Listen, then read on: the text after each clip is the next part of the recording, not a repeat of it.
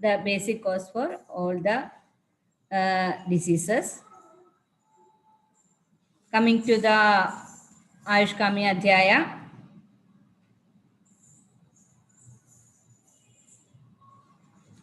Here, first sloka, it is telling that Ayushkameya manena dharmartha sukha sadhanam ayurveda upadeshesho videya paramadaraha. Here, dharmartha, sukha, they are the purusharthas. The purushartha sambadana is directly and indirectly dependent to dharma, artha, ultimate sukha will obtain. Here,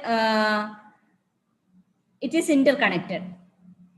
We have to obtain the sukha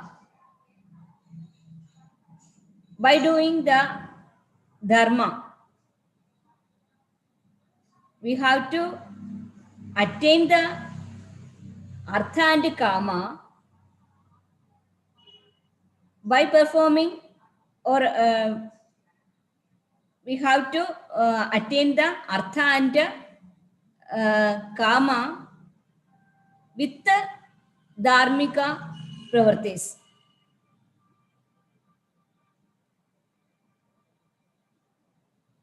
With the dharmika pravartis, artha and kama sambadana, then one will attain the purushartha or a sukha. Ultimate sukha is a, here sukha is a sukha samyagam arogyam. Ihaloga sukha is arogya and paralaugika sukha is a moksha. Coming to the descent of Ayurveda, we all know Brahma, Daksha Prajapati, Ashwini Kumaras, then Indra, Atreya. Here, like that, Deva Parampara and Rishi Parampara is telling. Here, the Deva Parampara, that which is inside our body. Here, the Brahma Shabda, which means Brahma, Prajnanam Brahma. Brahma is the ultimate knowledge. In this universe, the ultimate knowledge which is represented with the Brahma. Prajapati. Prajapati is here Daksha Prajapati. That Daksha Prajapati is represented with a person. The story behind Shiva and Sati Devi, which is mentioned in our ancient classics. There, the Daksha represented with a god's head. God, the animal god represented with a purity and all, which is the representation of devoid of ego. That is Prajapati. The ultimate knowledge will obtain to a mind or a buddhi or intellect which is having a pure egoless mind or buddhi. Then Ashwini Kumaras, the twin brothers or celestial twins, Ashwini Kumara, which is they are represented with black and white horses. They are the celestial physicians of heaven, and they can travel the heaven and earth. So they are represented. It is a representation. The mythology, all the things are representation and which is having an inner meaning. Here, the Ashwini twins represented that birth and death. In this lifetime only, we can attain the knowledge. And again, Indra. Indra Shabda. Indra Shabda. Indra Shabdena Atma Grihyate. Here, Indra. Indra is Indra Dattam, Indra Dushtam, Indra Srishtam, like that, telling. Atma Shabda. This Atma is residing in a sentient Sharira only. So, in this lifetime only, through Indriyas, only we can attain the knowledge. So, that is a Deva Parampara. It is inside our body, and then it is imparted the knowledge to our Rishi Parampara, and that knowledge is by Guru Shishya Sampradaya. It is following up to this era. So, this is a descent of our Ayurveda, which is mentioned in our Ashtanga Hridaya also. In Ashtanga Hridaya, it is telling that Brahma Smrita Ayusho Veda Prajapati Adigrahan So Ashinautau Sahasrasham So Atriputradigan Munin Te Akniveshadikam Ste To Pradak Tandrani Tenire. Here telling the importance of Ashtanga Sangraha.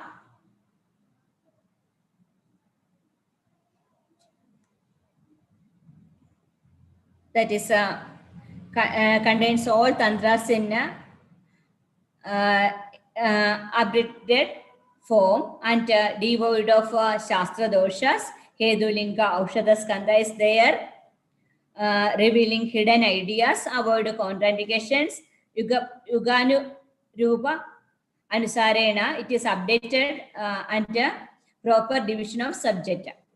Here in our Ashtanga Sangrahe Nyade, Praktantra or Sramaha. We don't study any other thing if Ashtanga Sangraha properly knowing by a scholar. So Ashtanga Sangraha is the Gedya form and Hridaya is the Padya form. It is a Samshipta Rupa. Ashtanga Hridaya is a Samshipta Rupa and it is Ashtanga Sangraha is a elaborated form. So everything found in Ashtanga Sangraha. It is devoid of Shastra doshas and it is told everything in Triskandhas, Kedu, Linga and Aushadha Skandha, and avoid contraindications and Yugani Rupa. It is updated knowledge in every condition, even in this COVID this era also we can make use of our Shastra. So, and a proper division of subject, like that only it is arranged. Moving to the branches of Ayurveda, in your syllabus points also, it is telling that Ashtangas is telling first in Ayushkami Adhyaya, first Ashtangas of Ayurveda, it is important, and you have to study Ashtangas of Ayurveda. It will ask for a 10-mark essay question or a 5-mark question, like that it will come. So how to properly study the sloka part, and also you have to write the meaning, then only obtain full mark. Then so you have to first sloka from Ashtanga Hridaya Sutrasthana.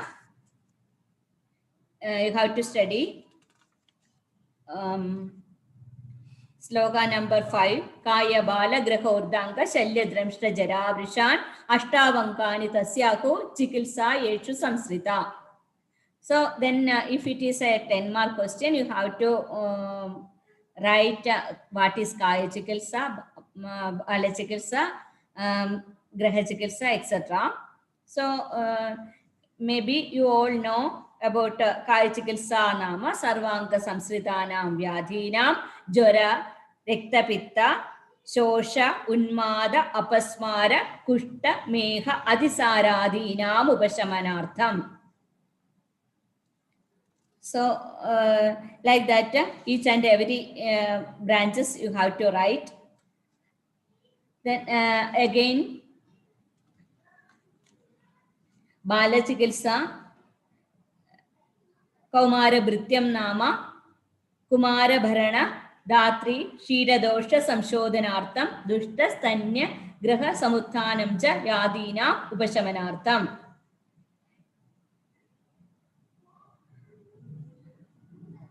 Again, telling that Garbhopakranti Vijnanam, Sudiko Upakramam Tada, Balanam Rogashamanam, Kriya Bala Chikitsadam. Here,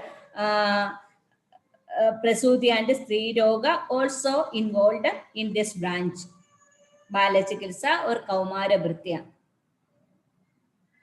Then again, Graha Chikitsa or Buddha Vidya. Buddha Vidya Nama, Devasura Gandharva, Eksha Reksha Pitru Pishaja, Naga, Grahadhupa Srishta Chetasam, Shanti Karma, Beli Haranadi, Grahopashamanartham. Also, in Urdhanka Chikitsa or Shalakya Tantra, it is telling that Shalakyam Nama, Urdha Jatru Gadanam, Roganam, Sravana Nayana Granadi Samsritanam Vyadinam Upashamanartham. Again, Shalya Chikitsa, Tatra Shalyam Nama, Vivida Trinakashta Pashana Pamshidoka Loshta Asti Bala Naha Puyasrava Dushta Vrana Andargarbha Shalyodharanartham Yendra Shastra Sharakni Pranidana Vrana Vinishayartham Cha. Here telling about Muda Garbha also mentioned here. Then Dramshta Chikitsa or Visha Chikitsa. In Charaka Samhita, it is telling that Dramshta Chikitsa or Visha Chikitsa is Vishagara Vairodhika Prashamana. Susruta Acharya told that it is Agada Tantra. It is Dramshta Chikitsa told by our Ashtanga Hridayakara. Agada Tantram Nama, Sarpa, Kida, Luda, Mushikadi, Dramshta, Visha, Venjanartham, Vivida, Visha Samyoga, Upashamanartham Cha. Again, Jara Chikitsa or Rasayana Chikitsa or Rasayana Tantra. Rasayana Tantram Nama, Vayastapanam, Ayurmedha Balakaram, Roga Apaharana Samartham Cha. Again, Vrisha Chikitsa or Vajikarana Tantram. It is telling that Vajikarana Tantram Nama, Alpa Dushta Shina Vishushkaretasam Apyayanam Prasada Upachaya Janana Nimitta Prakarsha Jananartham Cha. Everything you have to write and describe each and every points, and then only the essay will be complete. So like that you have to present in a paper. Again,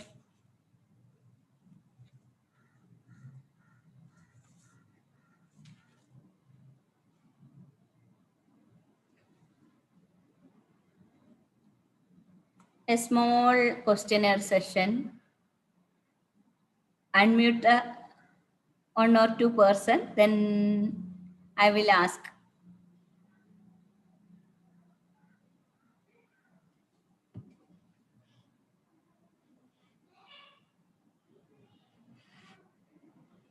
Unmada and Apasmara comes under which Anga? Any one of you unmute? And answer, please. Unmada and Apasmara comes under which Anka?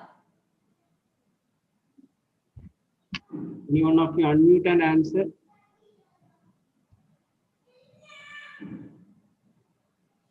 Unmada and Apasmara comes under which Anga?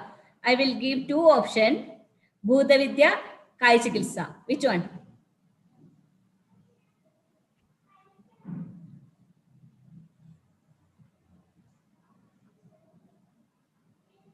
One of you answer.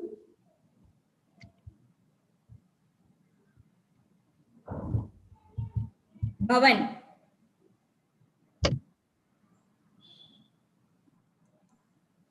Bhavan, answer. Unmute and answer, Bhavan.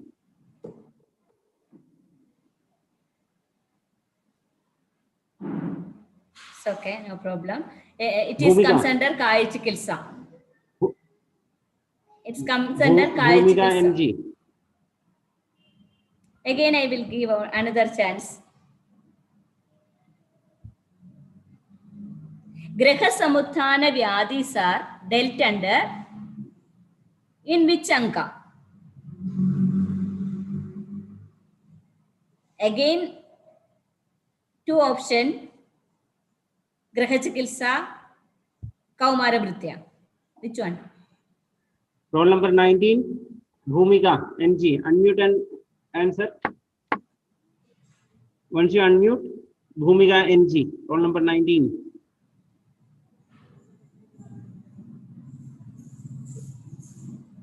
Roll number 19. Unmute. Anything. If it is right or wrong, you don't worry. You have to tell. That's all. Roll number 19. Only two options. Bhumika. Yashaswini.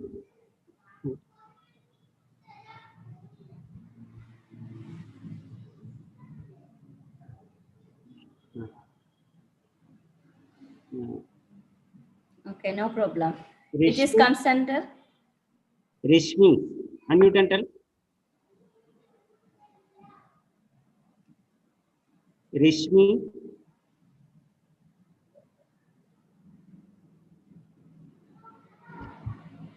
One of you answer.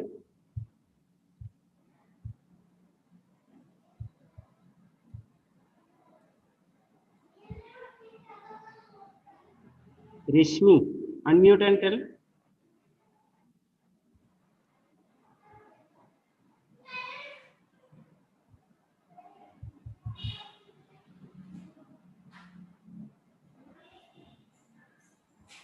It's okay, no problem. It comes under Kaumara Bhritya, Graha Samuthanam cha Vyadinam. Okay. Then again in a Vrisha Chikitsa or Vajikarana, it is telling that Alpa, Dushta, Sheena, Vishushka Retasam. Again, in another line, it is telling that Apyayanam Prasada Upajaya Janana Nimittam Prakarsha Jananartham. If Alpa Shukra is there, Apyayana Karma should be performed. If it is Dushta Shukra is there, then Prasadana Karma should be done. If it is Sheena Shukra is there, then Upachaya Karma should be done. If it is Vishushka, it can be generated, Jananam. Then generally Praharsha Janana should be, that management should be done there. So this Ashtangas of Ayurveda, how to write perfectly, it will ask for a essay question. Again, in second point is Tridosha, their general locations, predominance of doshas according to age, day, night. For that, you have to by heart the sloka Vayu pitta kapashyeti trayodosha samasataha. That quotation should be studied properly. Here, telling about the branches of our Ashtangas. That is questions I had asked. Okay. In biological, Harita Samhita mentioned about Garbhopakrama Vijnana, Sudigopakramam, Balanam, Yogashamanam. Here, prenatal care and obstetrics, postnatal care and pediatrics, all the things comes under in biological. Here, Bhudavidya, Chalakya Tantra, Cella Tantra.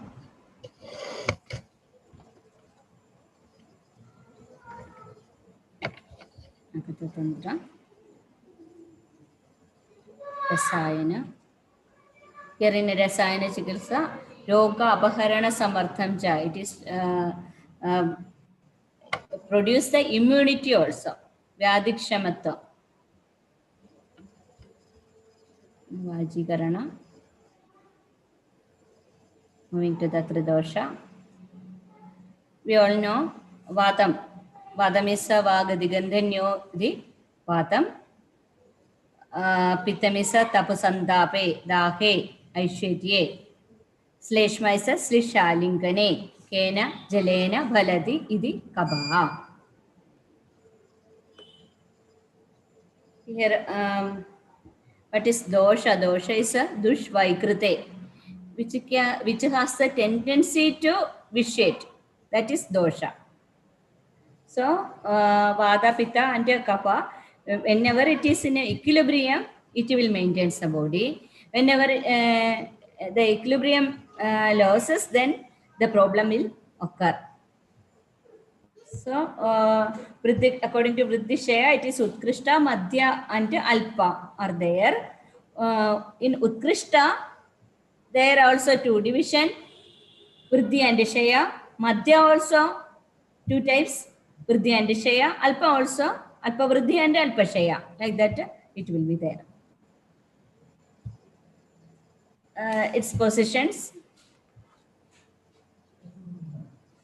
Here, Vadam is the Nashaka Shakti, Pittam is the Stabhaga Shakti, and Kabha is the Ulpadaka Shakti. Like that, three representation in our ancient classics, that Brahma, Vishnu and Maheshwara. Like that, Maheshwara and Vishnu and Brahma. Like that. Three Shaktis are there, like that in our body. Vadavitta Kapas are there. In Susruta Samhita, it is clearly mentioned that Visargadana Vishepehi Soma Surya Anila Yada Dhare in the Jagadeham Kavita Anilam Stada. Like that, telling here in our universe, three main factors are there. They are Soma, Surya and Anila. Like that in our body, Kapha, Pitta and Vata are there. It will maintain our body also doing all the functions. Like in Brahmanda and Pindanda. Loka Purusha, Samya, Siddhanta. Here are Vriddhi and Shaya, Utkrishta, Alpa, Madhya. Then Samsarga and Sannipada are 6 and 10 respectively. Also telling about the natural variations. That is the age, according to the age. Te vayo ahoratri bhuktanam te anta madhyadika kramada. Like that, Paisa. Old age, Vata will be predominant, and middle age, Pitta will be predominant. In childhood, Kapha will be predominant. In the daytime, evening time, Vata will aggravate, and midday, Pitta will aggravate, and morning time, Kapha will be aggravating factor. Then night time, late night Vata will be there, and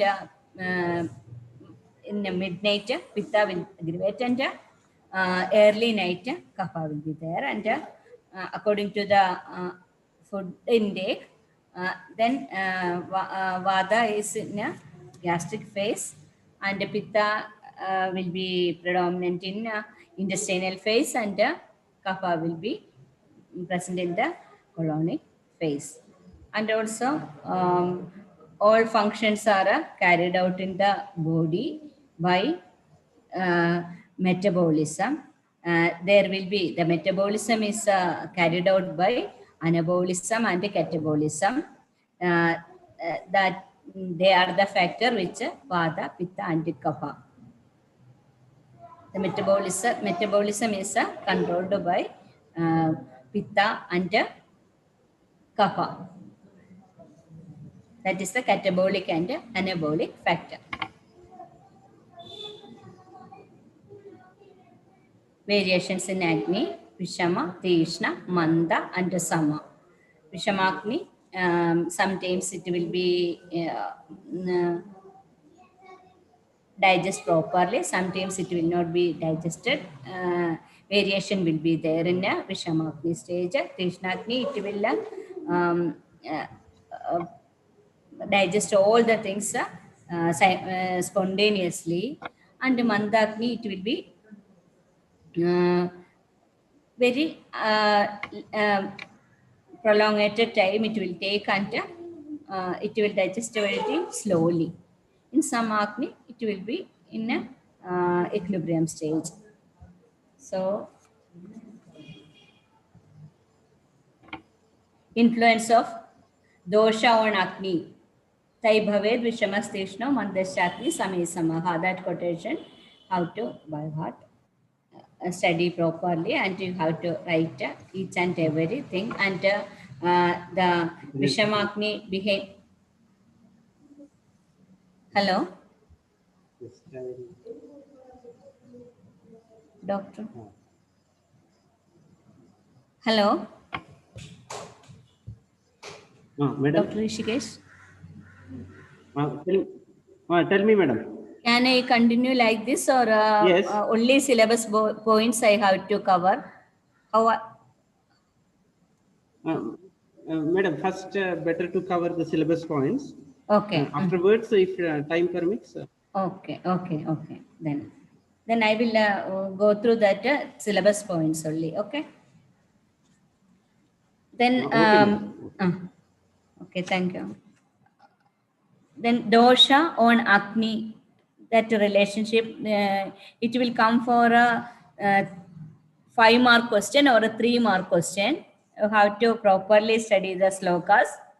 So, Tai bhaved vishamastishno mandasya Agni same samaha. That quotation should by heart. Then explain it. Vishamakni, which is because of Vada, and Tishnakni because of Pitta, Tishnakni, and Mandakni, the dosha behind it is Kapha, and Samakni, Vada, Pitta, Kapha in equilibrium stage. That we have to write properly. Then another thing.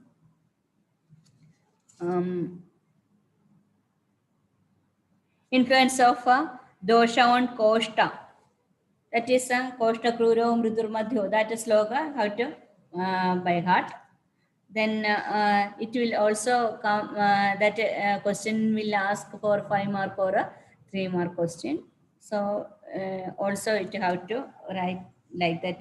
3 types of Koshtas are there: Krura, Mrudu, and Madhya Koshta. In Krura Koshta, water more reabsorbed. In Mrudu Koshta, then poor absorption, over secretion should be there in that Mrudu Koshta. Dugdena api virichyate. In Madhya Koshta, the dosha behind it is Kapha. Mrudu Koshta, the dosha behind it is Pitta, and Krura Koshta, Vada. So in Madhya Koshta, absorption balanced, Sakapha symptoms will be present there. So in dosha samya and madhya koshta, the dosha behind it is kapha. Dosha samya and madhya koshta, it is there will be madhya koshta. According to Susrutaracharya, Krura koshta is behuvata sleshma. Behuvata sleshma.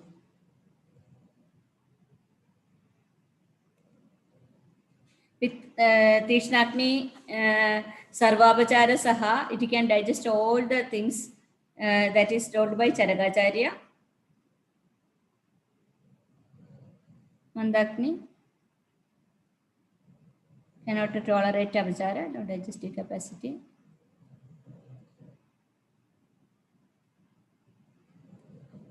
Krura Mrudo Madhya Samadosha.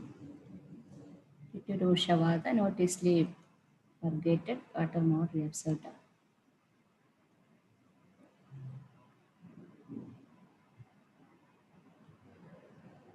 It is Behuvada Sleshma.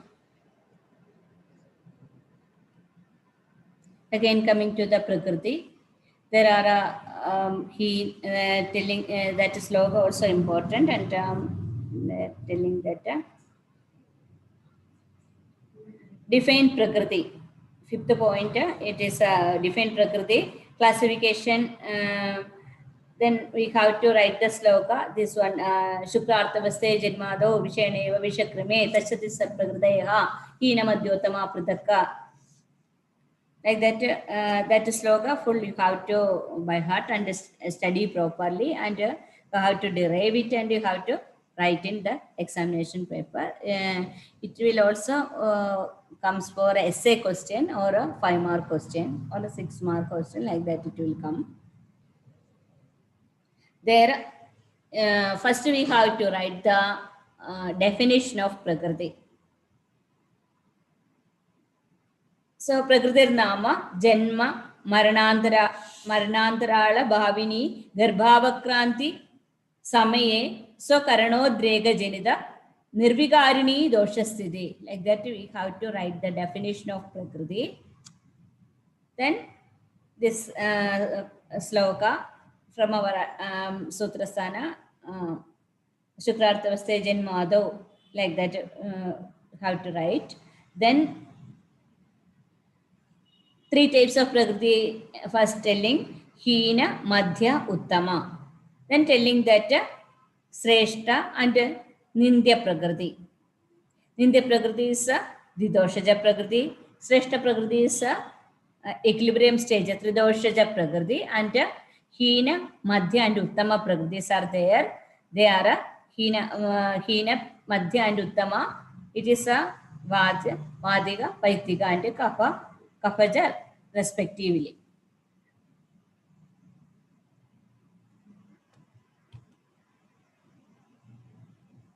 Again, qualities also you have to study properly.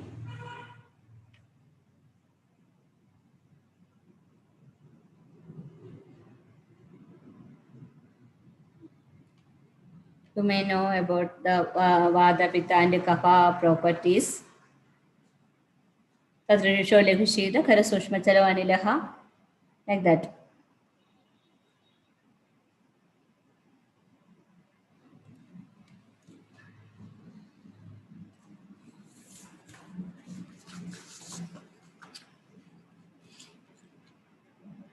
Then pathological bondage of dosha.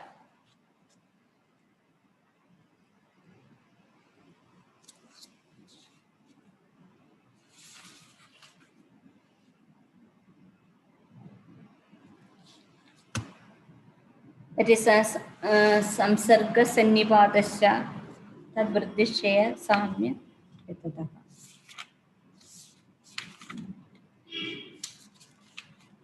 Samsarga sannipadasya taddi vriddhishya kopataha. That is that sloka also will ask for a 2-mark question or a 3-mark question, like that only it will come. How to study the online sloka properly. The 3 Shaya Kopataha. Tat Samsarga Sannipada Cha Bhavati. You have to write.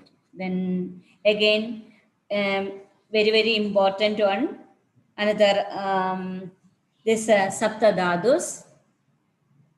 Dushyas are telling that Dushyas and Malas are telling in this first chapter, that is Dadu, that which is having a vitiating tendency, which is Dadu, Rasa, Rekta, Mamsa, Meda, Asti Majja, Shukrani Dadavaha, Sapta Dushyaha, they are called Dushya, and Mala, Mutra, Mutra, Purusha, and Seda. The Malas are mentioning here. Here, every Dadu is having their respective functions. That is, Rasa is a Tushti Prinana Rekta Pushti, doing the Tushti Prinana and Rekta Pushti, performing by Rasdadu. Rektadadu, Rektam is doing Jivana Varna Prasadana. Mamsam doing the Poshana. Then Dehaleba Malapushti. Medo Pushti is doing Mamsa. Then Medasa. Medas is a Netra Gatra Snigdada Sneha Datyam Asti Poshanam. Then Asti is doing a Dehordada Dharana Majja Poshanam. Majja is doing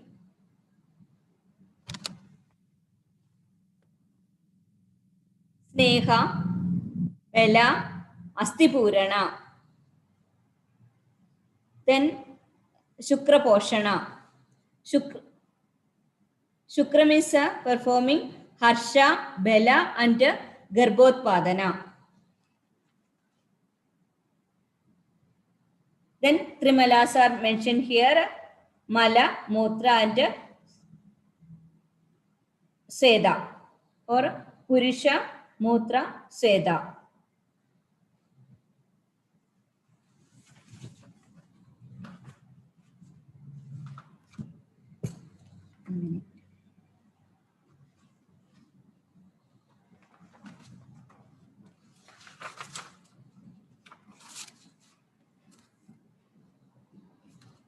So this sloka, Rasastrak Mamsamedo, that sloka is important. Another thing is treatment principle of Vriddhi Samane Sarvesham Vibirite Vipiriyaha. That sloka also how to study properly.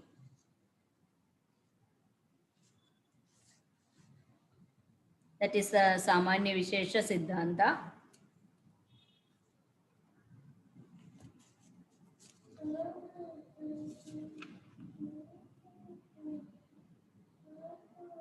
Sarvesham Samane Vriddhi Vibirite Vipiriyaha. Then again Shadrasas. That sloka also important, and how to study properly. 5 mark question. For 5 mark question, it will ask how to properly study about Shadrasas. Then it's a relation between the doshas, dasa and dosha relationship that you have to study. Tatradya Maridang Nandi, Traitikta Daya Kapam. Like that, you have to perfectly study. It is Yada Purvam Belavaha. So, at most Belahara Rasa is Kashaya Rasa. Like that, you have to. By from the sloka, each and every point you have to carefully study and take it out and know about the meaning behind it. Like that you have to study. Dasa dosha relationship.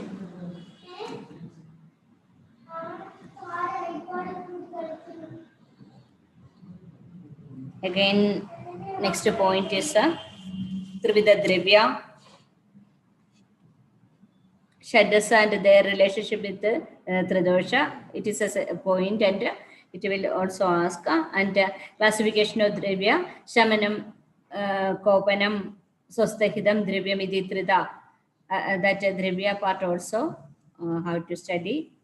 It also will ask for a 3-mark question or a 2-mark question, like that it will come. Classification of Virya, Ushna Shida Gunotkarsha Tatra Viryam Dida Asprada, like that also 2-mark or a 3-mark question you will ask. Classification of Vipaka, Trida Vibago, the basis, Adam Lakadakatmakaha, like that we have to write. That also a small short note question only, it will come. Then again, essay question. It is Vimshadi Guna. Guru Manda Himasnekta Slashna Sandra Budusira, Guna Sasushma Visida, Vimshadi Samivediyaha. Like that, we have to write each and every points, and we have to explain it. It will ask for a 10-mark essay question. So, how to write what is Guru, what is Lego, like that, how to explain it properly.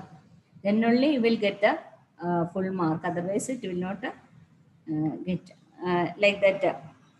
What is Brahmane Shakti Hisa Guru, like that you have to write one line sloga, then its meaning also, like that you have to present it in examination paper.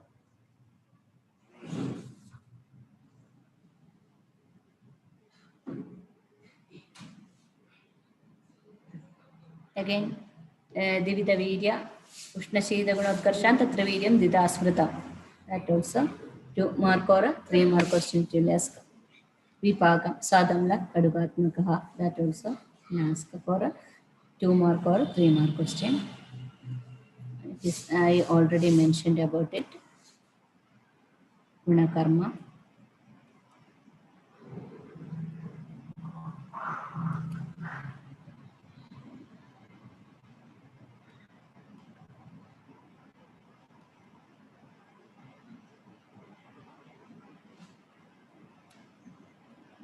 Then Dadu Karma, Pranam Jivanam Lebaha, Snehodharana Puranihi, Garbhodpadasya Karmani, Rasa, Rekta, Mamsa, Meda, Asti, Majja, Shukra, Dadu Karma mentioned respectively.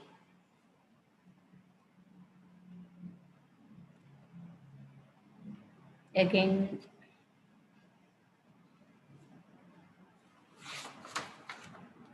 Rogarogya Karanam.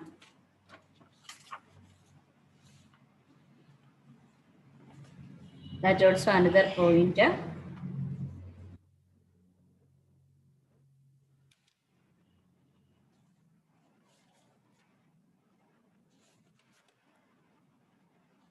Kalartha Karmana, Yogo Hina Mithyadi Matrakaha, Samyag Yogasya Vitneyo Rogarogya, Ega Karanam.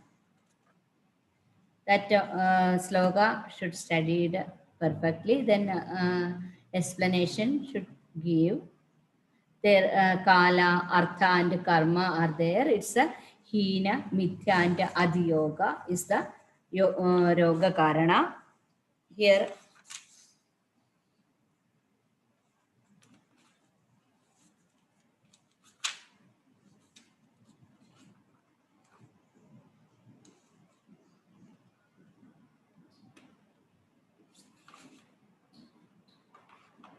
we have to explain each and every thing in this.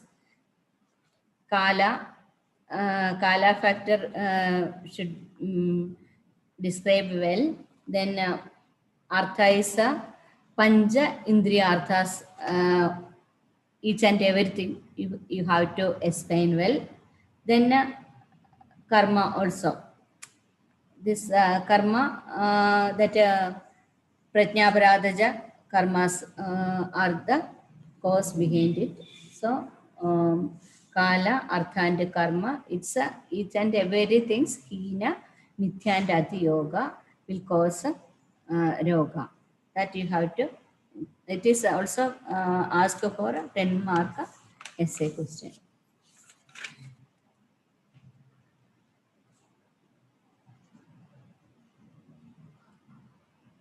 Then define Yoga Arogya. Rogastu Dosha Vaishimyam, Dosha Samim, Arogada. That you have that will ask for a 3-mark question or a 2-mark question. Then here Adhisthana is according to Charakacharya, it is telling that Kaya and Manasa Adhisthana. Vedana Adhisthana, Mano, Dehasya Sendriyaha. It is mentioned in Charaka Samhita also. Tapta Ajyagadayoriva. If anything, any those pain occur in our sharira, it will affect the mind also. If any problem affecting in the manas, it will affect the sharira also. It is represent with the adhara adeya bhava. In Taptajya Gadayoriva, in Hridaya Bodhika, it is telling that the Taptajya Gadayoriva. So that is Hridaya Bodhika by Sri Dasa Pandita mentioned about the Adhara Adaya Bhava. If ghee is smeared in a pot, when it is subjected to heat, the ghee will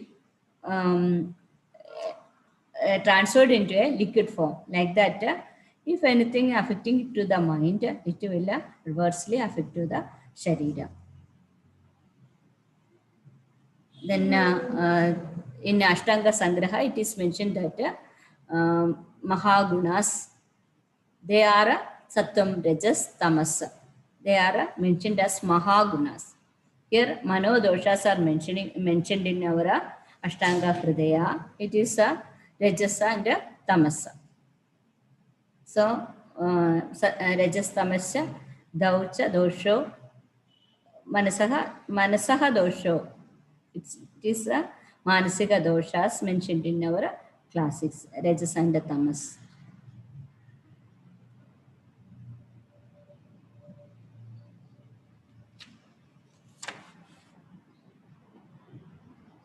Then classification of sites of Roga. Kaya Mano Adhishtanam, we have to write. Then Mano Doshas, Rajas and Tamas, you have to write. Then Roga Rogi Parisha. Roga Parisha. Darshana Sparshana Prashne Parishidasya Yoginam.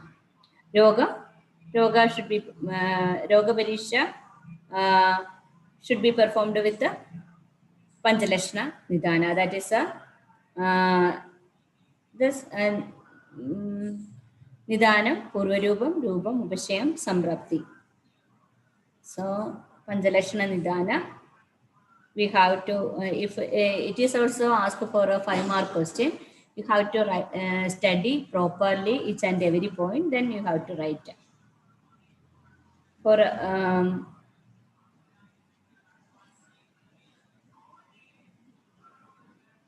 Roga Parisha, Nidana, Purvarupa, Lashana, Upashaya, Samrapti, each and every point. Nidanam definition. Nimitta, Hedu, Ayadana, Pratya, Uttana, Karanehi, Nidana, Mahu, Padyayehi. Like that, you have to write small description about Nidana, Purvarupa, Lashana, Upashaya, Samrapti, like that.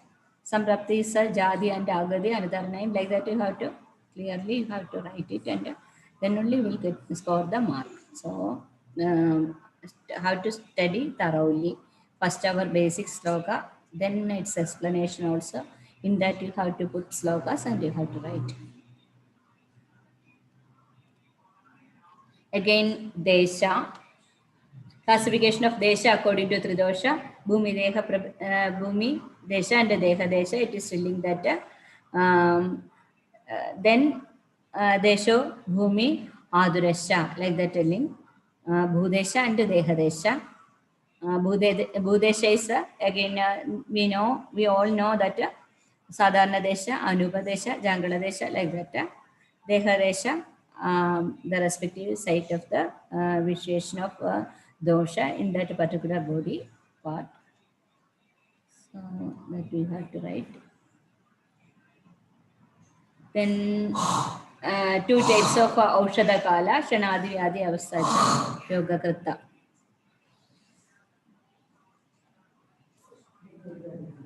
Here telling that Maribhumisha Arogya Deshanam Sreshtam and Anubhabhumi Rakita Deshanam according to Charaka Samhita. It is telling Kala, Shanadi Kala, Vyadi Avastha Kala. Shanadi is our Kalaganana mentioned in or Kalaganana mentioned for day-to-day life, our Vyavahara.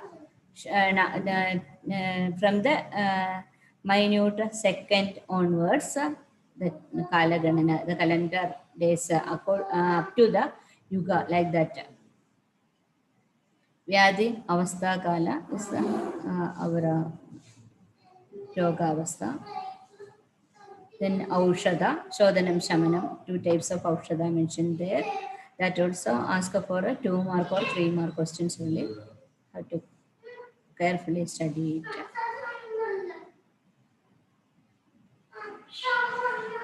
Then this also a very, very important thing. It will be asking regularly in examinations.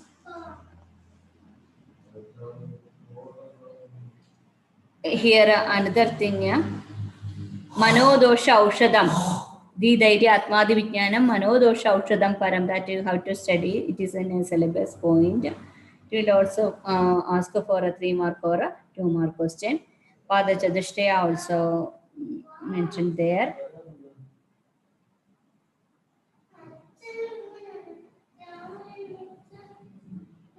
Here, this point is not mentioned in your syllabus.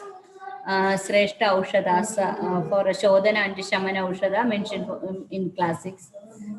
Here the Shodhana Chikilsas are Vasti Vireka and Vamana for Vada Pitta and Kapha respectively. Shamana Aushadas are Taila Grida and Madhu respectively. That is not mentioned in the syllabus. Then Manodosha Aushadam, the Dairya Atmadi Vijnanam, that you have to write. Then Pada Chadushtaya explained. It is also asked for a 10 mark question, essay question. How to write each and every point perfectly. Sloga should by heart well. Then classification of disease according to prognosis. That also very, very important thing. You have to study properly. It will also ask for essay question or short note for 5 mark question. Like that, it will ask how to study properly. Then a person whom should not be treated, the Jedartham, Vishadishtam, like that, telling so many points are telling in that, that also carefully study. It is also asked for a 5 mark question.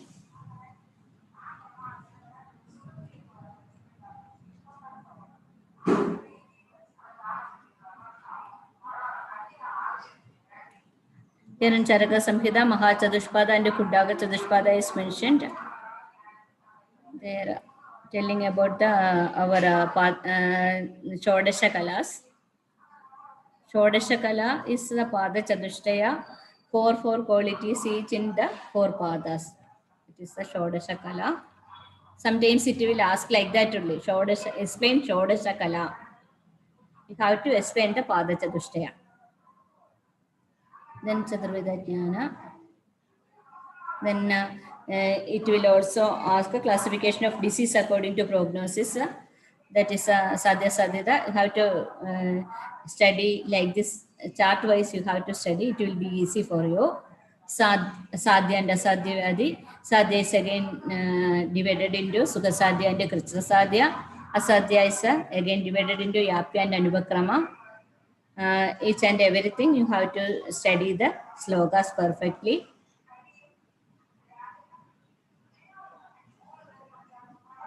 Alpahetu, Pragrupa, and Alpa Rupa.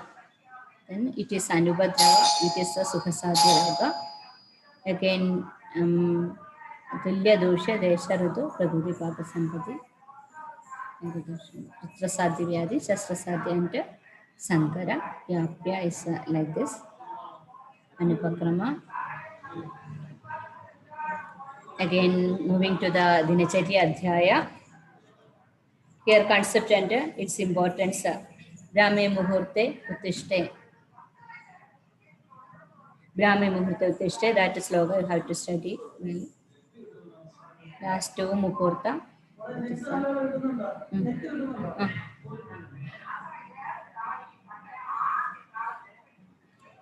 Then the Dhavana. What are the plants used? That also important. Then the Dhavana. Suitable drugs. Arka, Negroda, Kadira, Karancha. Like that. How to, what are the plants? What are the taste in that? Thickness of then the kashta, then length, that like that. From that sloga, each and every point you have to pick it out and you have to study well. Excuse me, madam. Sorry for interruption. Tell me. Madam, one more just lecture is there on Kriya Sharira. Okay. So, due to time constraints, can you conclude now? According to your availability, if you give us one more class, it will be nice, madam. Okay, sixth chapter I have to cover, but yes, only first chapter I had completed. So,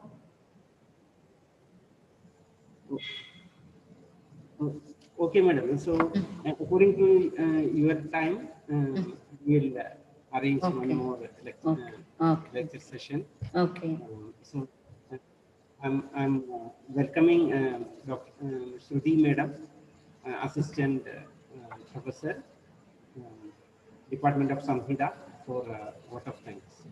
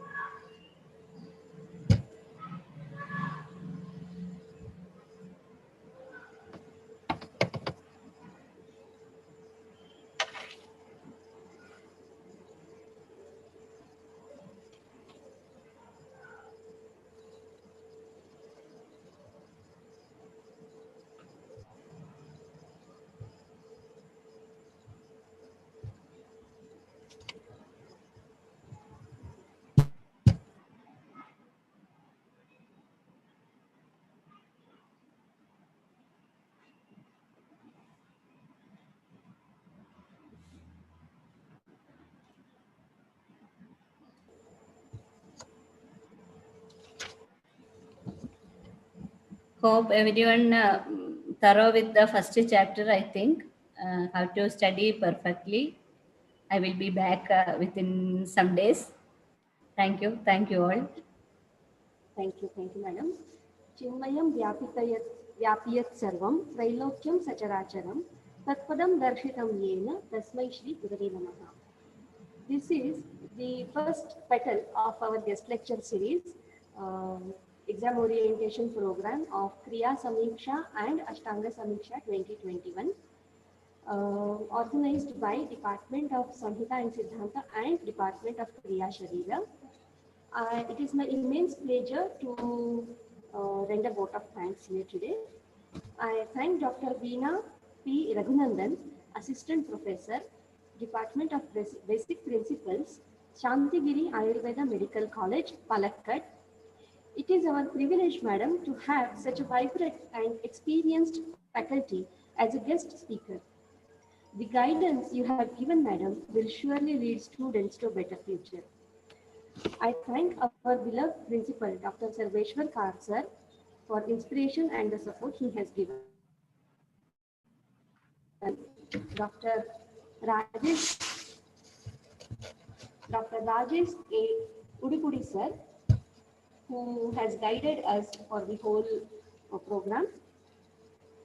I thank Dr. Rishikesh, HOD, Department of Samhita and Siddhanta, Dr. Savita Hiremat, Department of Kriya Sharira, Dr. Christy, Department of Kriya Sharira, Assistant Professor, and Dr. Meghana, Assistant Professor, Department of Kriya Sharira and Ashtanga Faculty. I thank our Assistant Administration Officer, Mr. Vikas Nandi, and all the helping staff for their support. And last but not the least, I thank our dear students who have participated in the session enthusiastically. I thank you all. Thank you, ma'am. Thank you once again.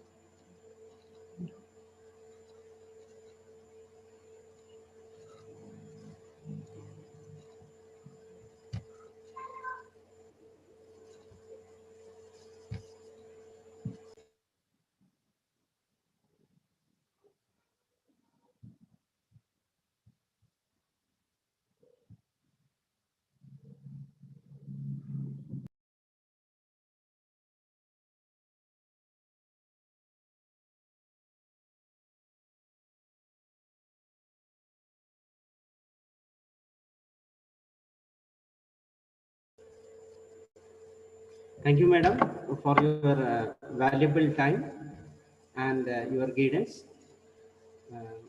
Thank you all. Um, Please stay online. The next guest lecture series from Kriya Samiksha going to start within 5 to 10 minutes. All of you must attend the Kriya Sharira guest lecture series. So please be online. Okay, thank you. Thank you for attending Ashtanga Samiksha. Please try to attend all the classes and be prepared for the examination. Thank you.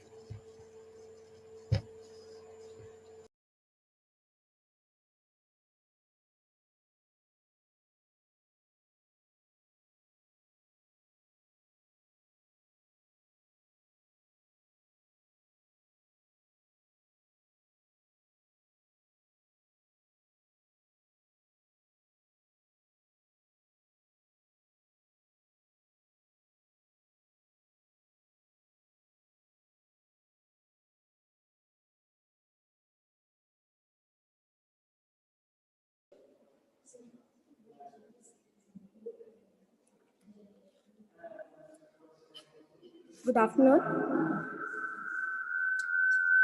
Welcome to Kriya Samiksha 2021.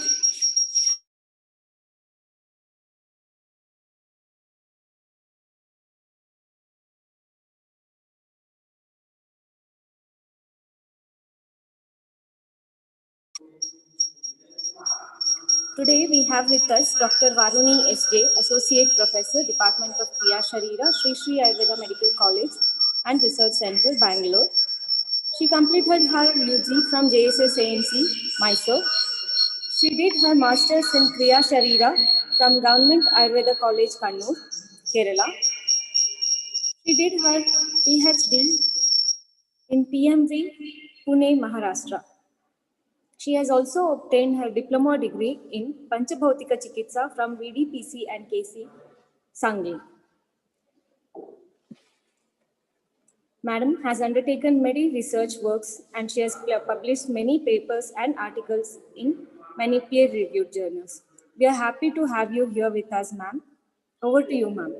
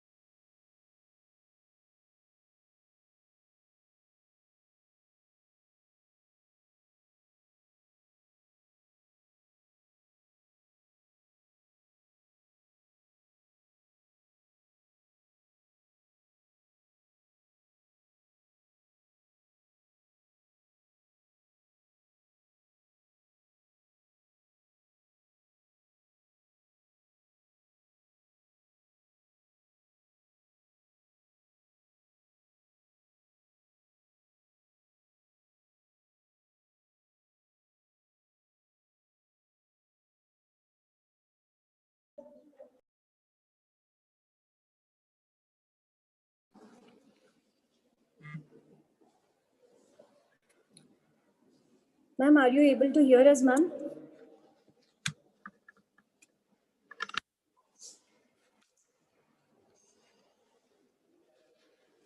Ma'am?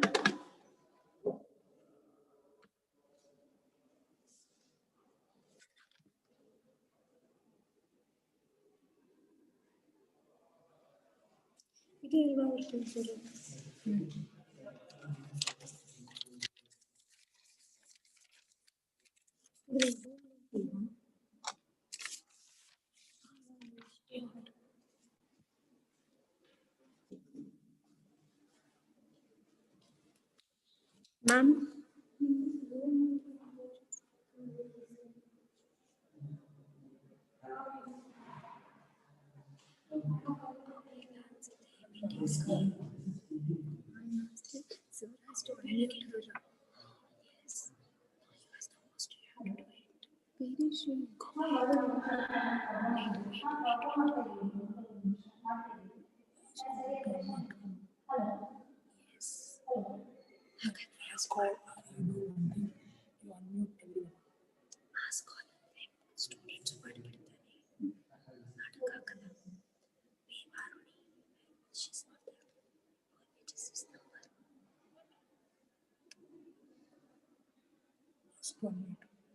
Make your host.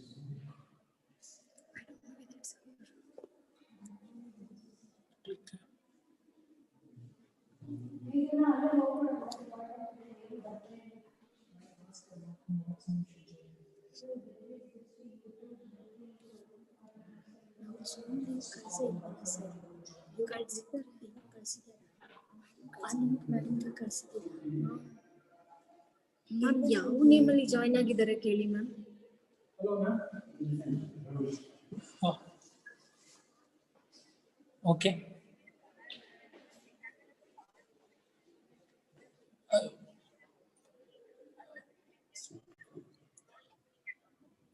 Okay, ma'am. In what name you log in? Madam, in what name you joined that Zoom link? But it's not showing any Varuni, ma'am. One more link. This once more listen. We will share one more Zoom link, ma'am. Please join with that link. Hello? Okay. Sir, again, JSS first BMS students. First BMS first year students. അതിനാണ് link ഉണ്ടല്ലോ ഇതയച്ചു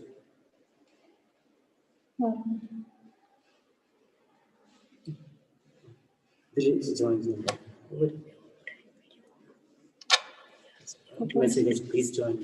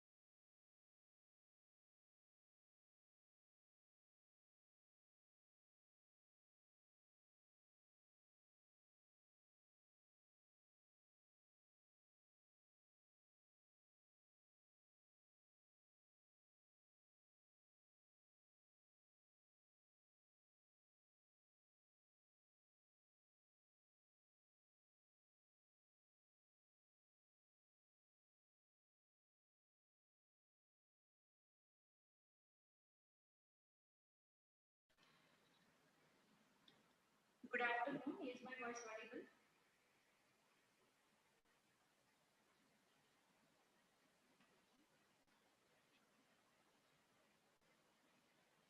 Hello.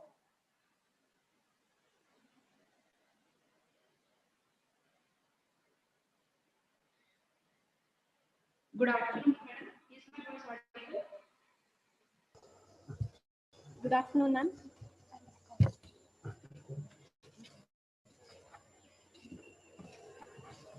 Good afternoon, ma'am. Is my voice audible?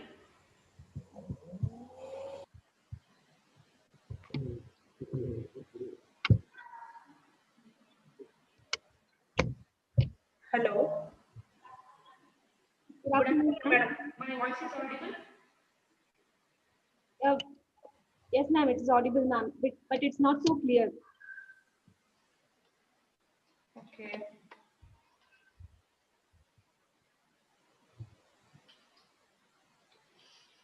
Is it okay now, madam?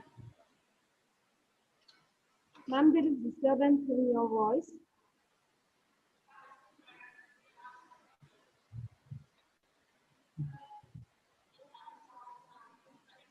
And your video is also not visible. Pardon, ma'am? Ma'am, your voice is not clear and video is also not visible, ma'am.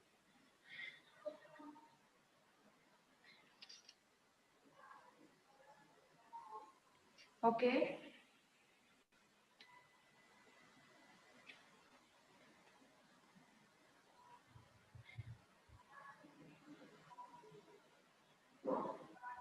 Madam, you start showing the slides, madam, please. Okay, madam. Just a second.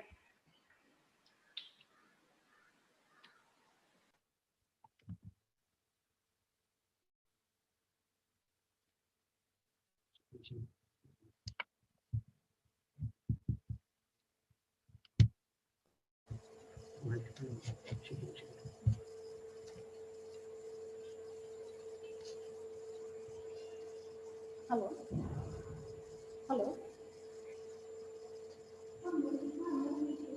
Voice clear ಇದೆ ಆಮೇಲೆ ನೀವು start ಮಾಡಿ share ಮಾಡಕ್ಕೆ ನೋಡೋಣ ಬರುತ್ತೆ ಯಾಕಂದ್ರೆ ನಿಮ್ದು video ಬರ್ತಾ ಇಲ್ಲ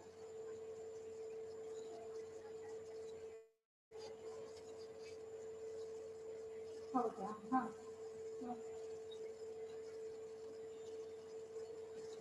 ಇಲ್ಲ ನಿಮ್ಮ ಮಲ್ಟಿಪಲ್ ಆಪ್ಷನ್ಸ್ ಈಗ ನೀವು ಝೂಮಿಂದ ಜಾಯಿನ್ ಆಗಿರೋದಲ್ಲ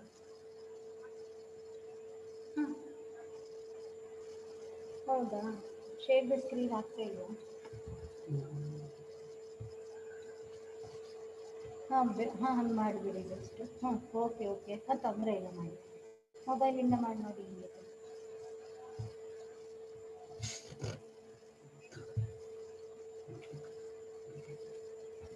ಓಕೆ ಓಕೆ ಹಾಂ ಓಕೆ ಹಾಂ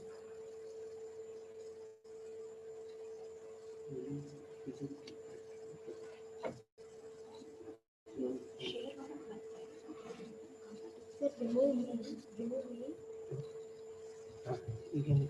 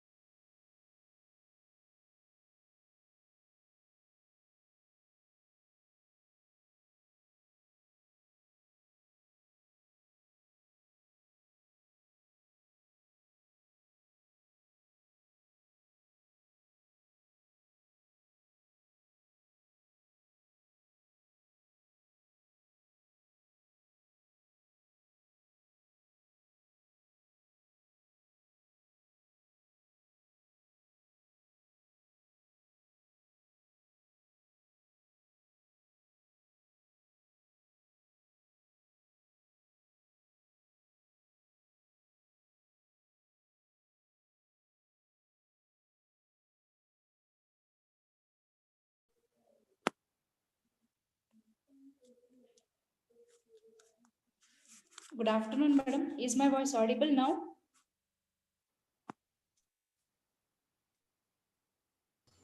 Yes, ma'am. Now it's audible now.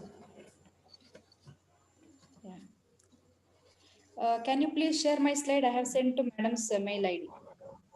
Yes, ma'am. Ma'am, we have made you co-host, ma'am. You can share now.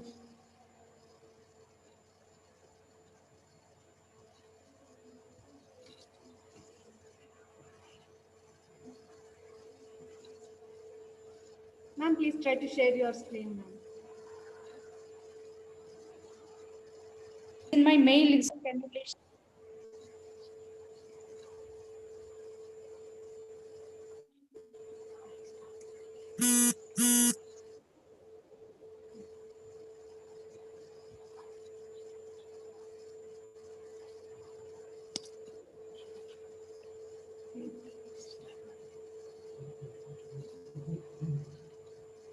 Ma'am, 1 second. Ma'am.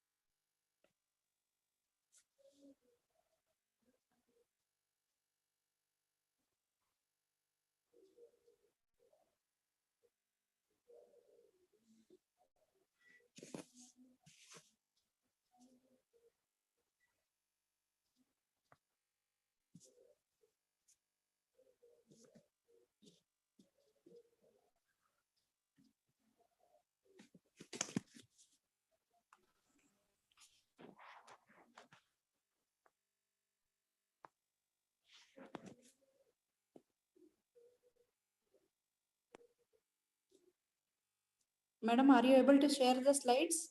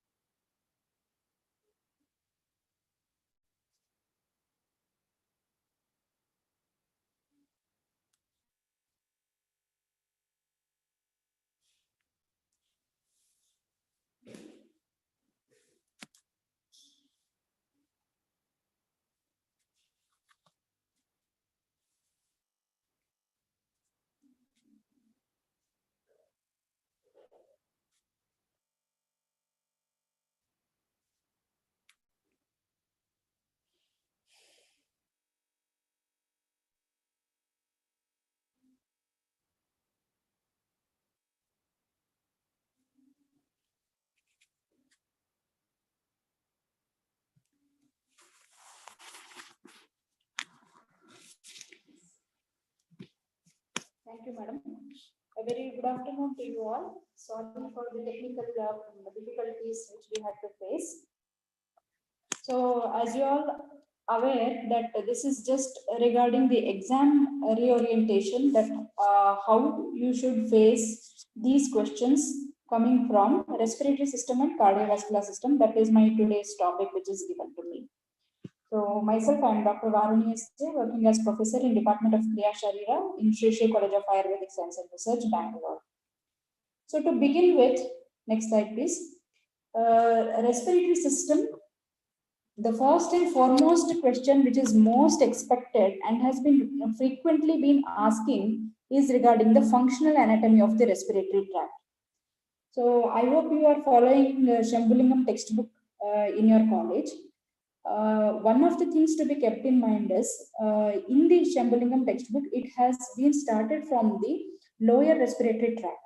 Basically, the respiratory tract is divided into two, upper and lower respiratory tract, and the details regarding the nostril, nasopharynx, oropharynx, larynx, all these comes under the upper respiratory tract. These details has not been given in the textbook, Shambulingam textbook. So it is better you prepare a notes starting with the anatomical details, not too very anatomical details. Mostly it should be the functional anatomy. That means wherein you are going to signify or highlight the functional importance of all these organs. Okay. Then coming to the lower respiratory tract, it involves trachea, bronchi, and the alveoli.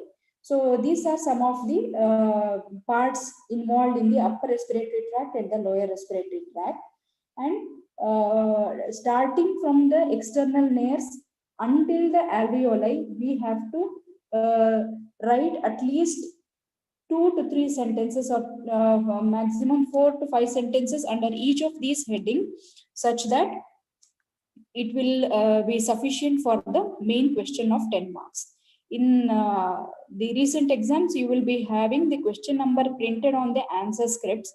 So plan your answer before even you start writing, which means like how much I should write for this particular one. Because when we start writing, one of the points we elaborated so much and the other points we concise it so much. So that should not happen. So give equal importance. Now is the right time for you people to sit and prepare notes regarding these expected questions. Okay. So this is regarding one of the 10 marks question. Explain the functional anatomy of the respiratory tract. So keep in mind, starting from the external nares till the alveoli, what all the organs are coming, like nostrils, nasopharynx, oropharynx, larynx, trachea, bronchi, then alveoli, how the structure of the alveoli, alveolar antrum, all these things you have to focus upon and write at least 2 to 3 sentences. Wherever diagrams are required, you have to write it next to that explanation itself. So that would be sufficient for this particular question. The next, another main question which can be expected is non-respiratory functions of the respiratory tract. Explain the non-respiratory functions of the respiratory tract. The moment we say respiratory system, the only thing which flashes to our mind is the function of respiration alone, but it is not so. The respiratory system has got so many other functions also, like olfaction, vocalization, how it is helping in prevention of the dust particles, because it is exposed to the external atmosphere. There is always a chance of foreign body entry. So how the defense mechanism is there, all these things has to be written. There are around 10 different functions other than respiration: maintenance of water balance, body temperature regulation, acid-base regulation, anticoagulant function, then an important one which is coming under the regulation of blood pressure also, that is angiotensin converting enzyme. So that is a very important enzyme present only in the lungs. And there are certain other hormonal substances which are synthesized. So put together all these, there are 10 different functions, and at least 1 or 2 sentences under each of these headings will make the answer sufficient for the 10 marks. Okay. So these are the points coming under the non-respiratory functions of the respiratory tract. Sometimes it might be asked for 10 marks itself, or else 5 marks question it can be expected. Next slide. The next is regarding chapter is regarding the pulmonary circulation. So what are you going to speak about this? In the pulmonary circulation, it is basically hardly they can ask for 5 marks maximum. Otherwise, it is a sure question for 3 marks. So here you are going to describe just regarding the circulation of the blood from the right ventricle through the pulmonary trunk, and it enters into the lungs. Then it gets oxygenated, and the oxygenated blood returning back into the left atrium through pair of pulmonary veins. Okay, so this much is the matter regarding the pulmonary circulation. Then few other topics like the pulmonary pressure and other things has been mentioned here. That means to say it is a low pressure blood system, wherein the entire pulmonary circulation itself is kept in a low pressure system. Okay, so that point has to be noticed. Then moving on to the next chapter, that is regarding the mechanics of respiration. Next slide, please. So here, in the mechanics of respiration, here we have, this question is an expected question for 5 marks. Sometimes in combination with other questions, it can be asked for 10 marks also.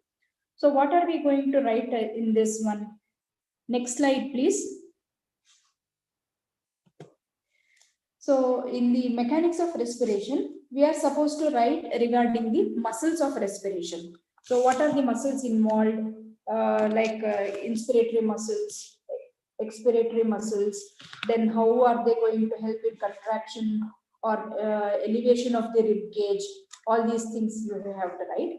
And mainly we have to speak about the first movements of the thoracic cage. In that also, movements of the thoracic cage, we have 4 headings, that is the thoracic lid, the upper costal series, the lower costal series, and the diaphragm. So the expansion of these structures has to be explained.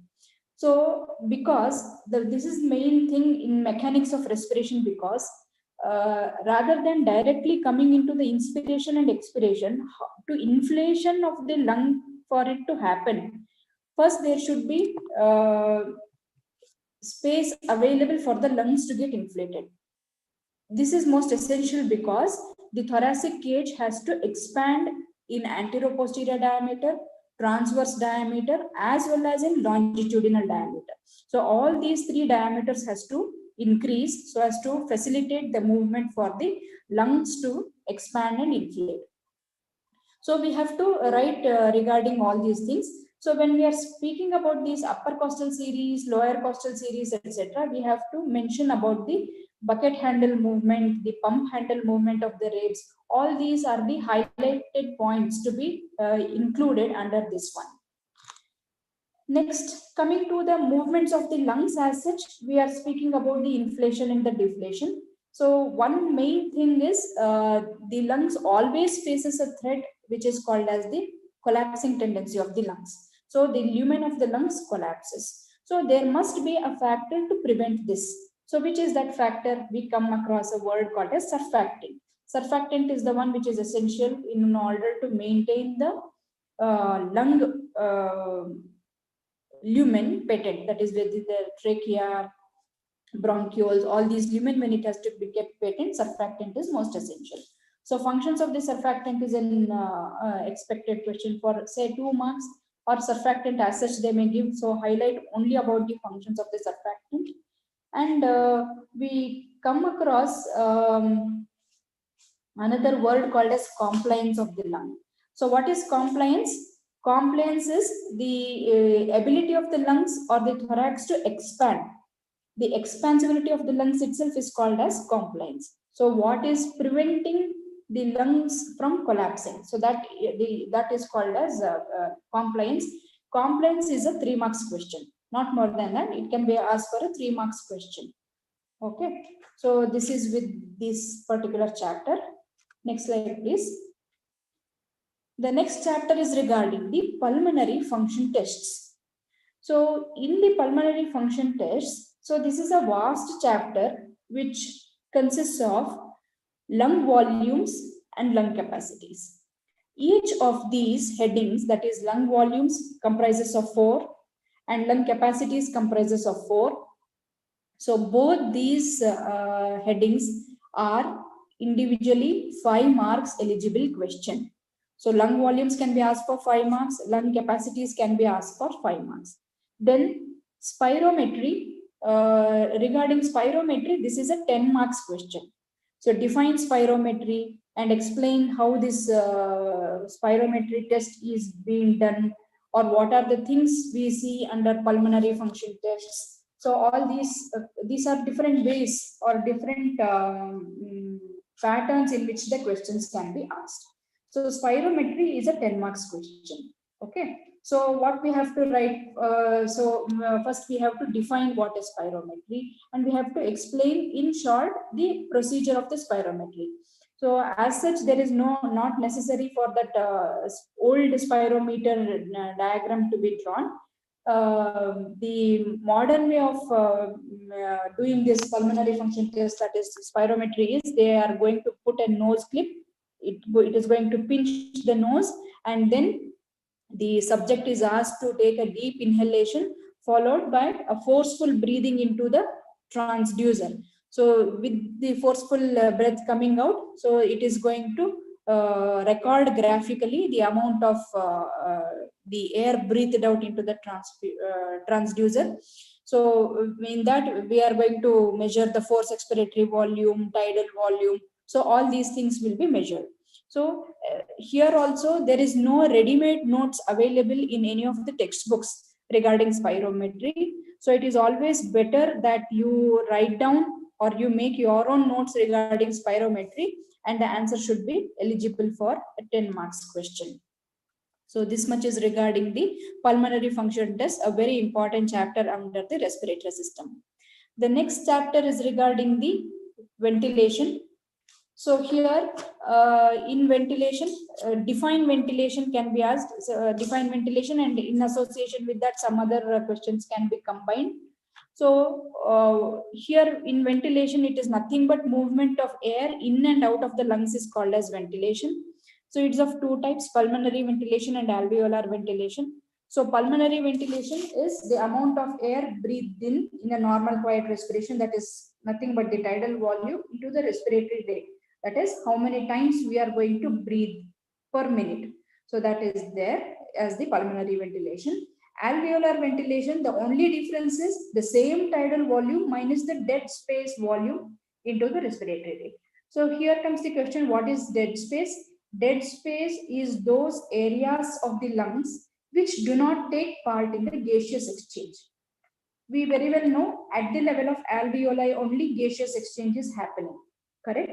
So there are other places where gaseous exchange is not happening, but air is still present, like the air which is present in the trachea, bronchi, bronchioles, etc. places. Other than alveoli, there is nowhere exchange happening, right?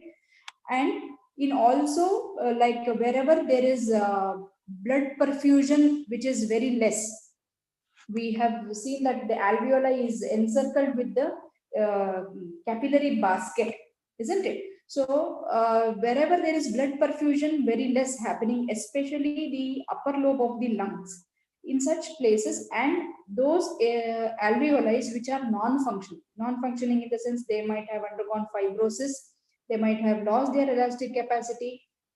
As a result, they are not taking part in the gaseous exchange. So all air present in all these things comes under the dead space. It's of 2 types, anatomical dead space and physiological dead space. So whatever it is, so alveolar ventilation, when we are explaining, it is the same tidal volume minus the dead space air, which is coming at around 150 ml into the respiratory rate. That is how many times per minute we are going to breathe. So that is what we are going to write in this particular question. Define ventilation and explain its types. Maximum this question can be asked for 5 marks.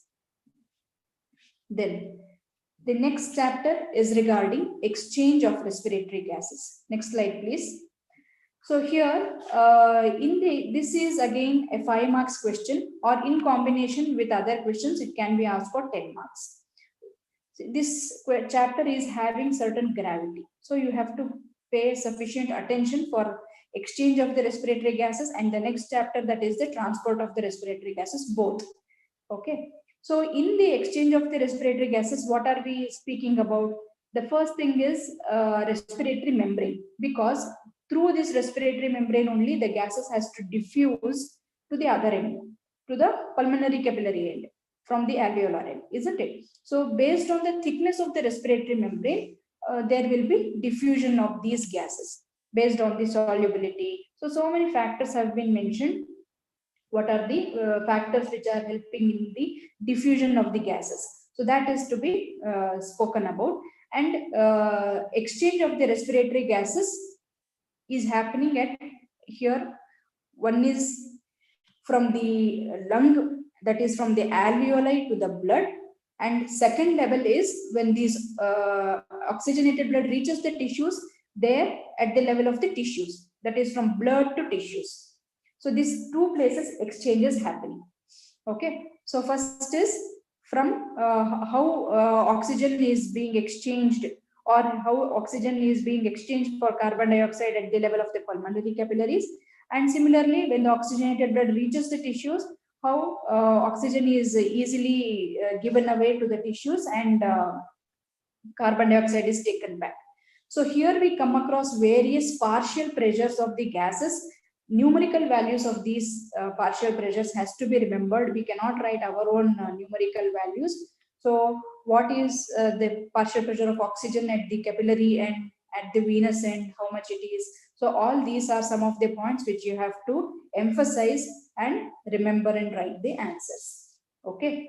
Then we come across respiratory quotient and respiratory exchange ratio. So respiratory quotient is nothing but it is the molar ratio of the carbon dioxide produced with respect to the oxygen consumption. So here this is determined by what sort of food we are going to eat.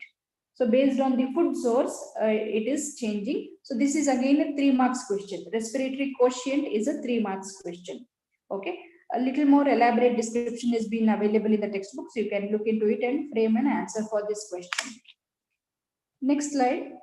It is regarding, the next chapter is regarding the transport of the respiratory gases. So here we very well know two gases that we are concerned with, oxygen and as well as carbon dioxide. So oxygen is transported in 2 ways. One is in the simple physical solution, and the second one in combination with the hemoglobin. So what is happening here in the physical solution? Oxygen will dissolve in the water and liberate a very small amount of carbon dioxide. It becomes carbonic acid. When then it will be liberating a very small amount of in the form of physical solution. It is transported. Then later on, in combination with hemoglobin, it forms oxyhemoglobin. So that will be a very quicker and stronger way of transportation of the oxygen. Then here we come across oxygen hemoglobin dissociation curve, which is a sigmoid curve, an S-shaped curve. So movement towards the right always suggests it is the partial pressure of the carbon dioxide will be more, so it readily gives away. Then shift towards the left is acceptance of the oxygen. So this happens whenever there is fetal hemoglobin, then there is acceptance of oxygen, so the curve shift towards the left. So a little bit description about this oxygen hemoglobin dissociation curve, if specifically transport of these gases has been asked, and it should be highlighted. Okay. Then coming to the carbon dioxide transportation, next slide. So here the transportation of carbon dioxide happens in 4 ways. One is in the dissolved form, in the form of carbonic acid, in the form of bicarbonates, and in carbamino compounds.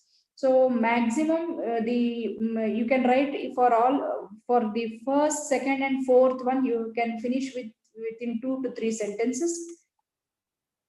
For the third one, wherein it is being transported in the form of bicarbonates, That is where we come across the chloride shift mechanism, also known as Hamburger's phenomenon. So here it needs a bit of explanation. You need to explain it diagrammatically also. This itself is a 5 marks question, like explain chloride shift can be asked for a 5 marks question. So here you have to explain that the carbon dioxide now enters into the inner side of the RBC after entering from the tissues into the blood capillaries. So now once the carbon dioxide combines with the water available, CO2 plus H2O gives H2CO3, which is called as bicarbonic acid, which is a very weak acid. Immediately it is highly unstable. It splits up into H plus and HCO3 minus. So this bicarbonate ion carries a negative charge. So this bicarbonate ion comes out of the RBC for exchange of this negatively charged ion. The sodium chloride, which is plentifully available in the plasma, it splits up and the chloride ion enters in place of bicarbonate ion. So the H plus, which was released, so that gets buffered by the hemoglobin to form reduced hemoglobin, that is HHB. And the bicarbonate ion, which had come out into the plasma, now combines with the sodium ion to form sodium bicarbonate. So in this way, it will be circulating until when the blood reaches back to the lungs. This is at the level of the tissues. So when it reaches back to the lungs, the same equation will be reversed. So at that time, again, chloride moves in, and bicarbonate moves in, chloride moves out, sodium chloride will be formed, and in presence of oxygen, where in the alveoli. So because of that, the hemoglobin readily releases this H plus ion, and it will release this H plus ion. So H plus plus HCO3 minus forms the bicarbonic acid, which again splits up into carbon dioxide and water. So in this way, the carbon dioxide will be released to the alveoli in exchange for oxygen. So it is like a story. You have to frame simple sentences and explain it. Once you understand the concept, the mechanism is very easy to explain. Okay.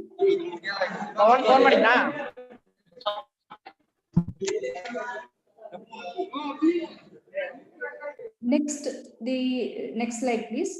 So the next chapter is regarding the control of respiration. So during this question again is a 5 marks question, regulation of respiration, or how respiration is being controlled. So basically it is 2 mechanisms are there. One is nervous regulation and the other one is chemical regulation. So through nervous regulation, we have the pontine centers, medullary centers, how it is acting upon the lungs, or how it is giving information, which is the centers. Whenever we speak about the center, always there should be an afferent nerve which takes the information. The center decides what it should do and sends the information through the efferent nerves. So we have to speak about all these things. Okay. Then chemical mechanism is basically more related with the regulation of the respiration. The reason being, it is very sensitive to the H plus ion. Due to any other reason, whenever the blood becomes acidic, when the H plus ion concentration increases in the blood, it is easily sensed by the chemical receptors which are present in the arch of aorta, as well as in the where there is division of the internal and external carotid artery. So these sensations will be picked up by the chemoreceptors and it is sent to the higher centers for analysis. So what it should be done. Again, we come across certain other reflexes like cough reflex, sneezing reflex, deglutition reflex. So these are some of the points which we come across under this chapter, that is control of the respiration. So individually, these questions, that is cough reflex, sneezing reflex, etc., can be asked for 3 marks. Okay. Next question. The next slide is regarding the chemical regulation. As I mentioned, it is more giving a responsiveness to the hypoxia, that is decreased oxygen condition, hypercapnia, and increased hydrogen ion concentration. It is more responsive to these changes. The next chapter, a very, very important one chapter, is regarding artificial respiration. So this is a 10 marks question, a main question which can be expected, and it has been frequently been asked in the previous examinations also. Next slide, please. So when do we come across artificial respiration? Whenever there is an arrest of breathing without cardiac failure. Only breathing is affected, but the heart is still functioning. At that time, artificial respiration becomes an essentiality. So some of the conditions like accidents, drowning, etc. In these conditions, artificial respiration is given. We have two basic, two types of methods here. One is manual methods and the second one is mechanical methods. Next slide.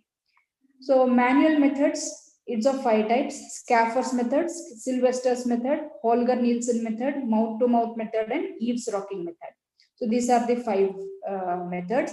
And instrumental methods: Drinker's method, Brackpol's method, continuous insufflation method, intermittent inflation method, tank respirator, and resuscitate. So these are some of the information.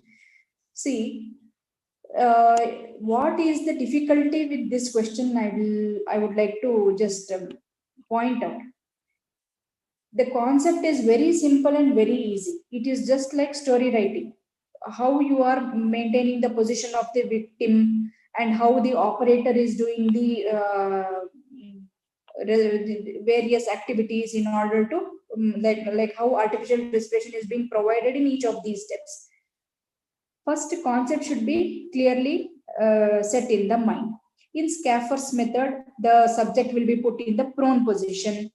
In Sylvester's method, it is the subject is put in the supine position. So like this, each and every steps has to be elaborated. Elaborated in the sense, the only drawback with this particular question is how much ever you try to concise the answer, certain points has to be written. So at least some 7 to 8 sentences should be mandatorily written for all these methods individually. So that's why it becomes a lengthy answer. So if you are very much thorough with the aspects of these types of artificial respiration, so priorly you can make a small notes regarding what is the position of the victim, what is the position of the operator. He is facing towards the head end or facing towards the leg of the victim, how the hands should be placed, how pressure has to be applied. All these things has to be written step by step by step. Like how you are writing a procedure in the practical aspects in your lab manual, no? You are going to write point wise and one below the other. So in a similar way, after this has to be done. After this has to be done. Like that, in a serial order, you have to write. Then, so when while writing like this, it takes at least around say 7 to 8 sentences for each of these methods. So that's why the more you are thorough, easily you can write. So if you are not thorough, you waste more time on thinking and you will be losing time. So focus on what points has to be written under which aspects. Okay.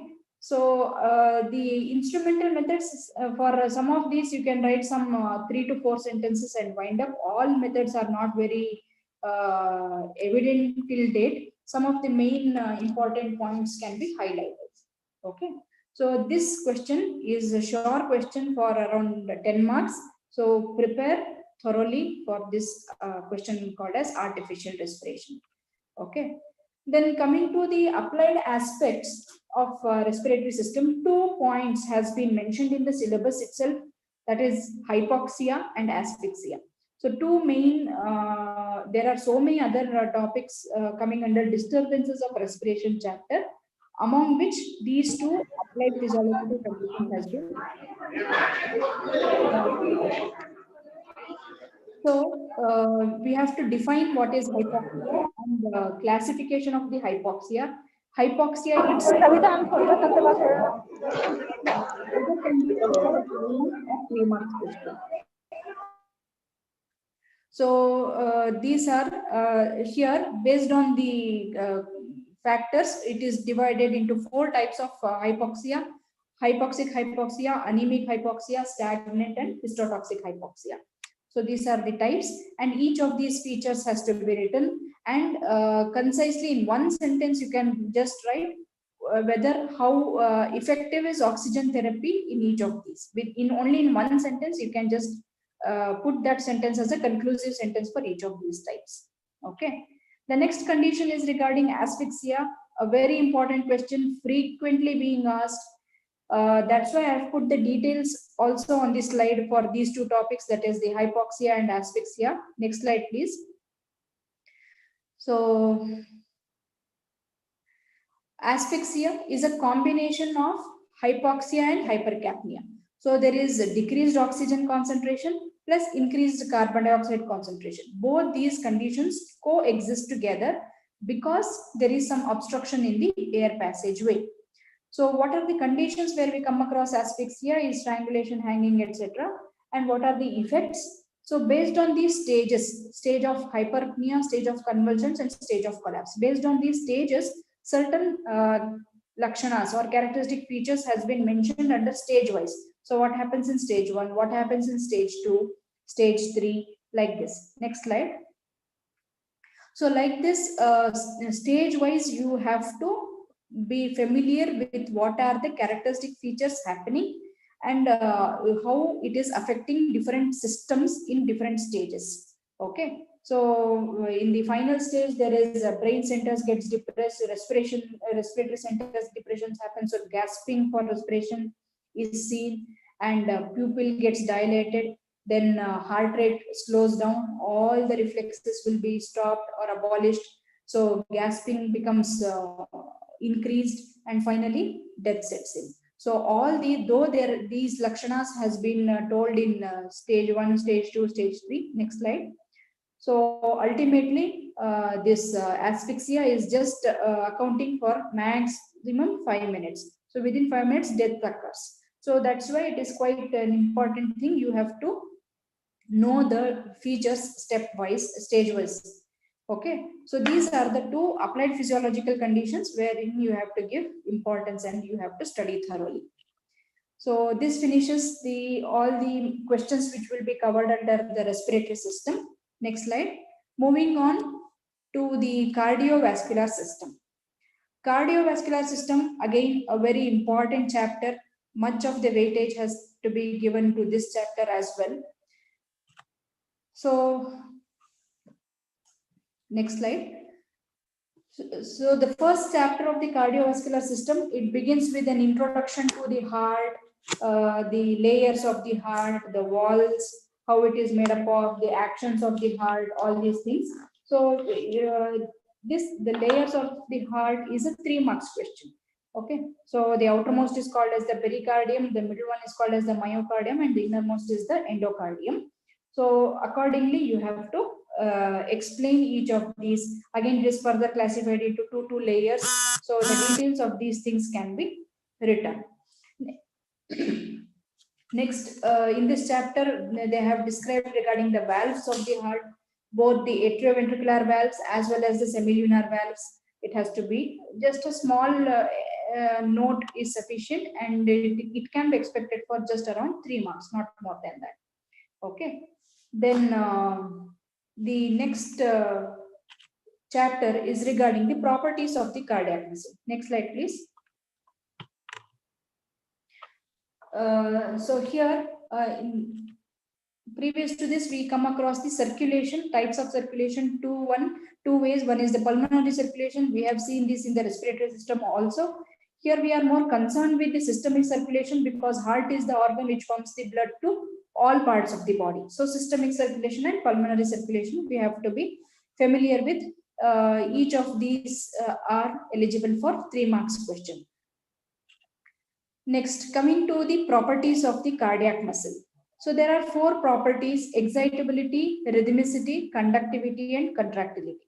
So while explaining each of these, as such, this question is not very, so far it has not been asked in particular, but you should be knowing the phases of the action potential of the cardiac muscle fiber, That is, there is a depolarization phase, an initial depolarization, a plateau, and a final depolarization.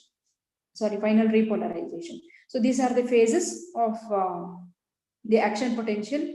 Rhythmicity, so rhythmically it is being maintained. Conductivity, the conductive tissue of the heart is very specialized structure from SA node to AV node, then bundle of His, right and left bundle branches, and Purkinje fibers. So the details of each of these has to be explained. Then contractility, so how the cardiac muscle fiber contracts. So while speaking about this, we have the muscle fibers of the pacemaker, then how these cardiac muscles are classified in the sense muscle fibers which forms the contractile unit, muscle fibers which forms the pacemaker, like that there are 3 divisions. Okay, so we have to be familiar regarding that. Next, pacemaker, next slide. So pacemaker is a 3 marks question. So in the mammalian heart, we very well know SA node or sinoatrial node is considered as the pacemaker. So what is the tissue made up of?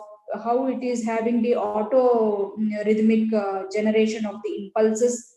It is not regulated by the nervous system like heartbeat. Every time the heartbeat generation is purely under the control of the pacemaker, and it is not under the control of the nervous system, right? So we have to be writing few sentences regarding this. Then all or none law. This can, you see, when the questions are coming specifically, these things can be asked for a 3 marks question. So what is all or none law? So whenever a stimulus is applied, whatever may be the strength of the stimulus, either the entire cardiac muscle shows response or it does not give any response at all. So this is all or none law. This is again a 3 marks question which can be expected. Next slide. Here we speak about refractory period. This is again a 3 marks question. What is refractory period? So it is that period in which the muscle will not show any response to the stimulus. So it is of 2 types. One is absolute and the relative. Absolute, whatever may be the strength, there will not be any response. Relative refractory period, if the strength is maximum, then there is some possibility that the muscle can show some response. So that is relative refractory period. See, these points do come under muscle physiology also, and slightly it has been highlighted in the cardiovascular system also. Next slide. The main question to be expected in cardiovascular system is cardiac cycle. It has been asked in almost all question papers. So it is a very sure question. So prepare thoroughly for this particular question. Define cardiac cycle and explain its events or something like this, or explain cardiac cycle in detail.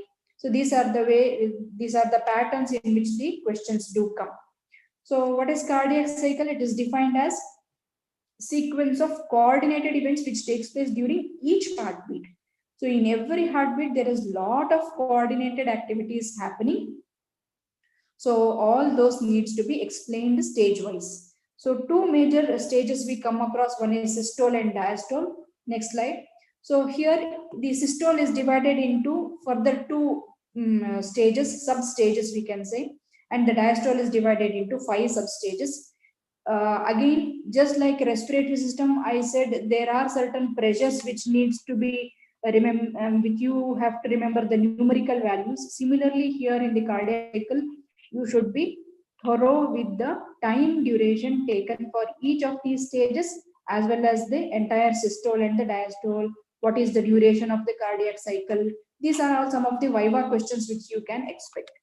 Okay. So the systole is divided into 2 substages, that is isovolumetric contraction and ejection period, whereas the diastole is divided into 5 stages: protodiastole, isometric relaxation, rapid filling, slow filling, and last rapid filling stage, which is also called as atrial systole.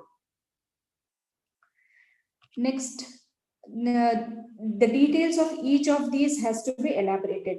That means around 2 to 3 sentences under each of these stages will be sufficient for you to write the matter sufficient for a 5 marks question. or else if it is in combination with something else, it can be asked for a 10 marks question also. So try to represent with the small diagrams in that particular stages itself. You have to mention about the first heart sound and the second heart sound occurring in which stages, that needs to be highlighted. So here also you are going to specifically tell part by part in the sense, step by step you have to give the details. That is, during the diastole, how the chambers get filled up with the blood. There is a splash heard that will be generating a rumbling sound, which is responsible for the heart sound generation. The closure of the semilunar valves, the closure of the atrioventricular valves, in which stages all these things are happening. So detailed explanation regarding these things is very essential. So prepare with utmost keenness. So prepare your answer ready for this particular question. It's almost a sure question which should be expected from the cardiovascular system. Next slide. The next chapter is regarding the heart sounds. Usually, so far, not much question has been asked from this chapter. So, but we should be familiar with what are heart sounds. There are 4 heart sounds, S1, S2, S3, S4, how these heart sounds are being generated, and basically the clinical auscultatory areas. So where is the pulmonary area, mitral area, the location, basically the landmark, 3 inches from the mid-sternal border, something like this. They have given explanation. You should be familiar with these auscultatory areas. The next slide. The next chapter is regarding ECG. 5 marks question, otherwise 3 marks question is expected out of this particular chapter. So define ECG can be one of the question. So what is ECG? It is a technique by which the electrical activities of the heart is studied, and electrocardiograph is the instrument used, and electrocardiogram is the graphical representation of the electrical activities of the heart. So coming to the uses of ECG, that is, there are sets of merits and demerits. So in which all conditions, next slide, in which all conditions we come across or ECG will be helpful for us in determining the heart rate, rhythm, wherever there is abnormal electrical conduction, poor blood supply to the heart muscle, that is whenever there is ischemia, and in case of heart attacks and coronary artery disease, and whenever the chambers have undergone enlargement. Next slide. So there are a few lists of merits and demerits. This is not available in the textbooks, so this is just enlisted here. Ischemia and infarction of the myocardium can be known. The chamber enlargement and electrolytic imbalance can be known. And it also, ECG helps us to find out arrhythmias, means when the rhythm of the heart is not being followed. Arrhythmias are there, cardiac arrhythmias, and whenever there is conduction defect. For example, like left bundle branch block, etc. Such conduction defects, if it is there, that also can be known. Then, next slide, demerits of ECG. So, no information will be available regarding the contractility of the myocardium and also the cardiac output. How much amount of blood is being put out by the heart, it is not possible to get information with the ECG. Then, only complicated valvular diseases we find changes in the ECG when it is in the prior stage, that is in the uncomplicated stages of the valvular diseases, we do not come across or we cannot know in ECG. So in between attacks of angina, the ECG will be totally normal. So it only records the working myocardial cells. So those cells which are not working, their electrical activities will not be recorded at all. So these are some of the merits and demerits. The next slide, ECG leads. Leads of ECG, it is unipolar leads and bipolar leads. So in that bipolar leads, we have lead 1, lead 2, lead 3. And in unipolar leads, we have unipolar limb leads and unipolar chest leads. Unipolar limb leads are AVR, AVL, and AVF, whereas unipolar chest leads, it is V1 to V6. Their connections, which place we have to connect it, all these are important. Where in bipolar limb leads, where the positive terminal is connected, where the negative terminal is connected, all these are important and to be memorized. Okay. Then waves of ECG, all these are 3 marks. Say ECG leads, waves of ECG, intervals and segments of ECG. These are all 3 marks expected questions. So when waves of ECG are asked, we have to mention about PQRST waves. Sometimes U waves can also be seen. So here we have to explain the morphology, what is the amplitude of the curve, what is the width of the curve, why it is an upright curve, or why it is the deflection is towards the down, that is below the x-axis. So all these things you have to mention under, say, 3 to 4 sentences under each of these waves. That description would be sufficient. Similarly, intervals and segments of ECG. ST segment, RR interval. So all these points to be studied under this particular heading. The next chapter speaks about the cardiac output and venous return. So here, this is a 5 marks expected question. Cardiac output and venous return. Individually, cardiac output itself can be asked for 5 marks. Venous return individually can be asked for 5 marks. So now, in cardiac output, we have 3 different ways of expression of cardiac output is stroke volume, minute volume, and cardiac index. And define cardiac output and what are the factors maintaining cardiac output is a 5 marks question. So there are certain factors which has been enlisted which maintains the cardiac output, and venous return definition and factors which maintain venous return. So in this we come across what is respiratory pump, what is muscle pump. So all these questions can be asked for 5 marks. So accordingly you prepare answers for those by putting the appropriate headings. Next chapter is regarding heart rate regulation. So here the higher center for regulation of the heart rate is vasomotor center. It has got 3 areas. One is the vasoconstrictor area, the vasodilator area, and the sensory area. These are the 3 parts in the vasomotor center. So by the name itself, it is understandable. Vasoconstrictor is having cardio-accelerator effect. The vasodilator is having the inhibitory effect, and the sensory area is about both of these. So both these vasoconstrictor and vasodilator area will listen to what sensory area says. Again, in turn, this next slide. Further, we have regarding what is vagal tone. So continuous stream of inhibitory impulses will be sent to the through the heart through vagus nerves. So that is vagal tone and sympathetic tone. Both are opposite to one another. So here sympathetic tone is accelerator in nature. Always vagal tone is dominant over the sympathetic tone whenever the person is in the normal resting condition. Next slide. I said the sensory area is higher to the vasoconstrictor and the vasodilator area, but in turn sensory area gets information from all these centers, like higher centers, that is from the cerebral cortex, from the thalamus, and also from the respiratory centers. Why respiratory center? So when you withhold voluntarily, when you withhold respiration by pinching your nose, you stop breathing, voluntary apnea is done, then there is a increased heart rate. Okay, so it is getting information from the respiratory centers as well. Then impulses from the baroreceptors, that is pressure sensitive receptors, and chemoreceptors, that is the acidity of the blood, and also impulses from the right atrium. This is important. Why right atrium? This is again concerned with the venous return. If more amount of blood is entering into the right atrium, so through Bainbridge reflex, it is sending an information that huge amount of blood has entered into the right atrium. So there will be increased heart rate in order to pump out the excess amount of blood which has entered.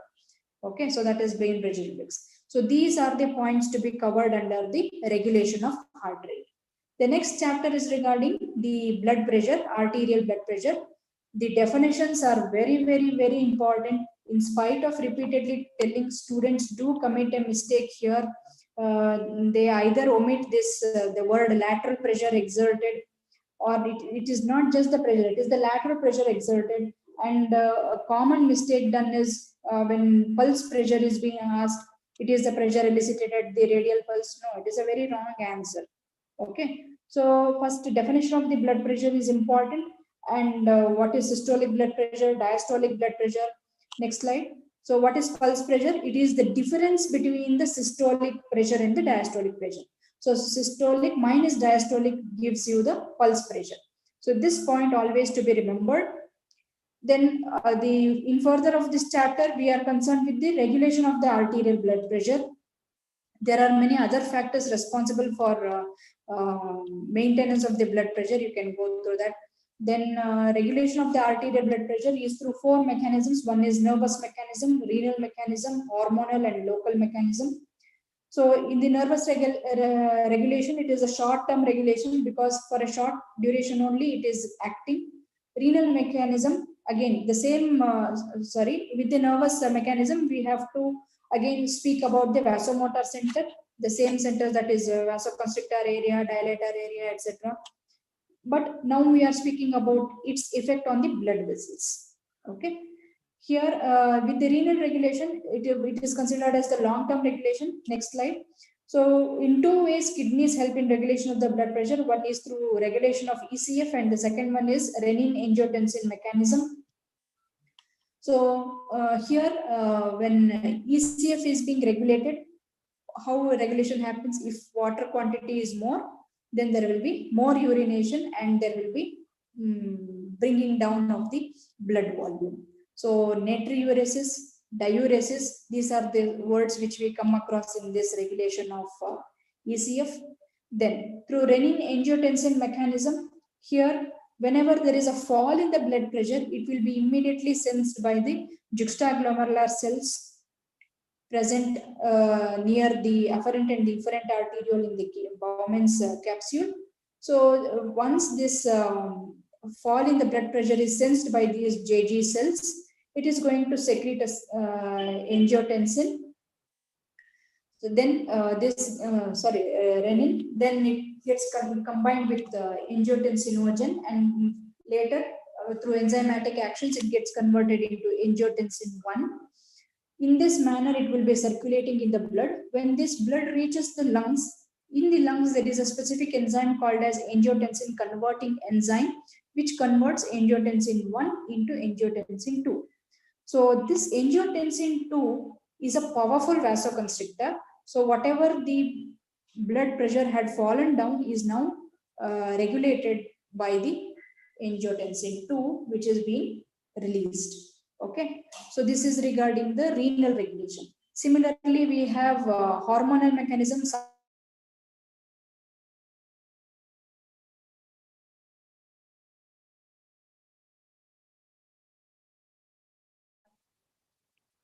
Increase in the blood pressure, and some hormones are concerned with the decrease in the blood pressure, and certain hormones.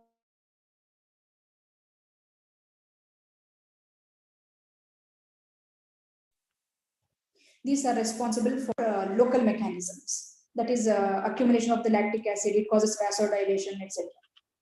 Then the last chapter is regarding the arterial pulse. The definition of the arterial pulse is important, and what are the points to be observed while examining the pulse? The rate, rhythm, character, volume, condition of the blood vessel, delayed pulse, all these things has to be noted. Okay, so 2 or 3 sentences under each of these. This can be expected for a 5 marks question, but as such, so far it has not been asked. Blood pressure, regulation of the heart rate, and cardiac cycle, these are the main questions to be expected. Okay, so with this, I come to the end of this reorientation regarding exam. Next slide.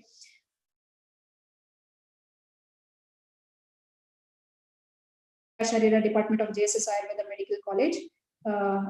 It was really wonderful interacting with you students for the second time in this academic year. So I would be glad if you have any other questions. I would be happy to answer.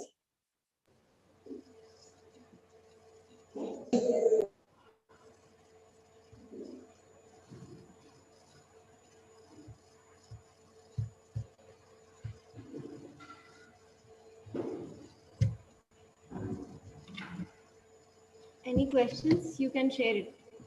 You students can share your questions through chat.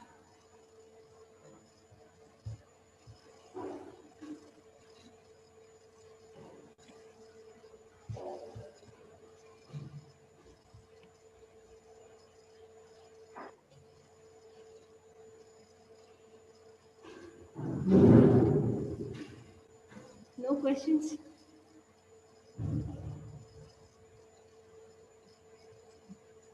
Thank you so much, ma'am, for the exam orientation session. I hope they know now how to write and how much to write in physiology. That was the biggest thing. How much, which are the topics on which we have to concentrate more. Thank you so much for elaborating each topic or each unit in every chapter. Thank you so much. I think all our students have got benefited from this wonderful presentation. Thank you very much, ma'am. Thank you, madam. Thanks for providing the opportunity. I also thank Sarveshwar sir and Savita Hiramat madam for giving me this opportunity, and hope this presentation was benefiting for your students. Thank you so much. Namaste. Thank you so much.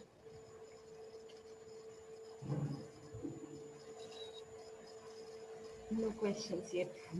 Thank you, ma'am. We would end the session now. No queries?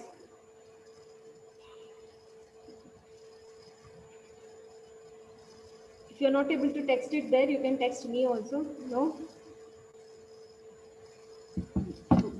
It was very clear that you made the point so clear that our students don't have any doubts this time. Thank you. Thank you, madam. Thank you so much.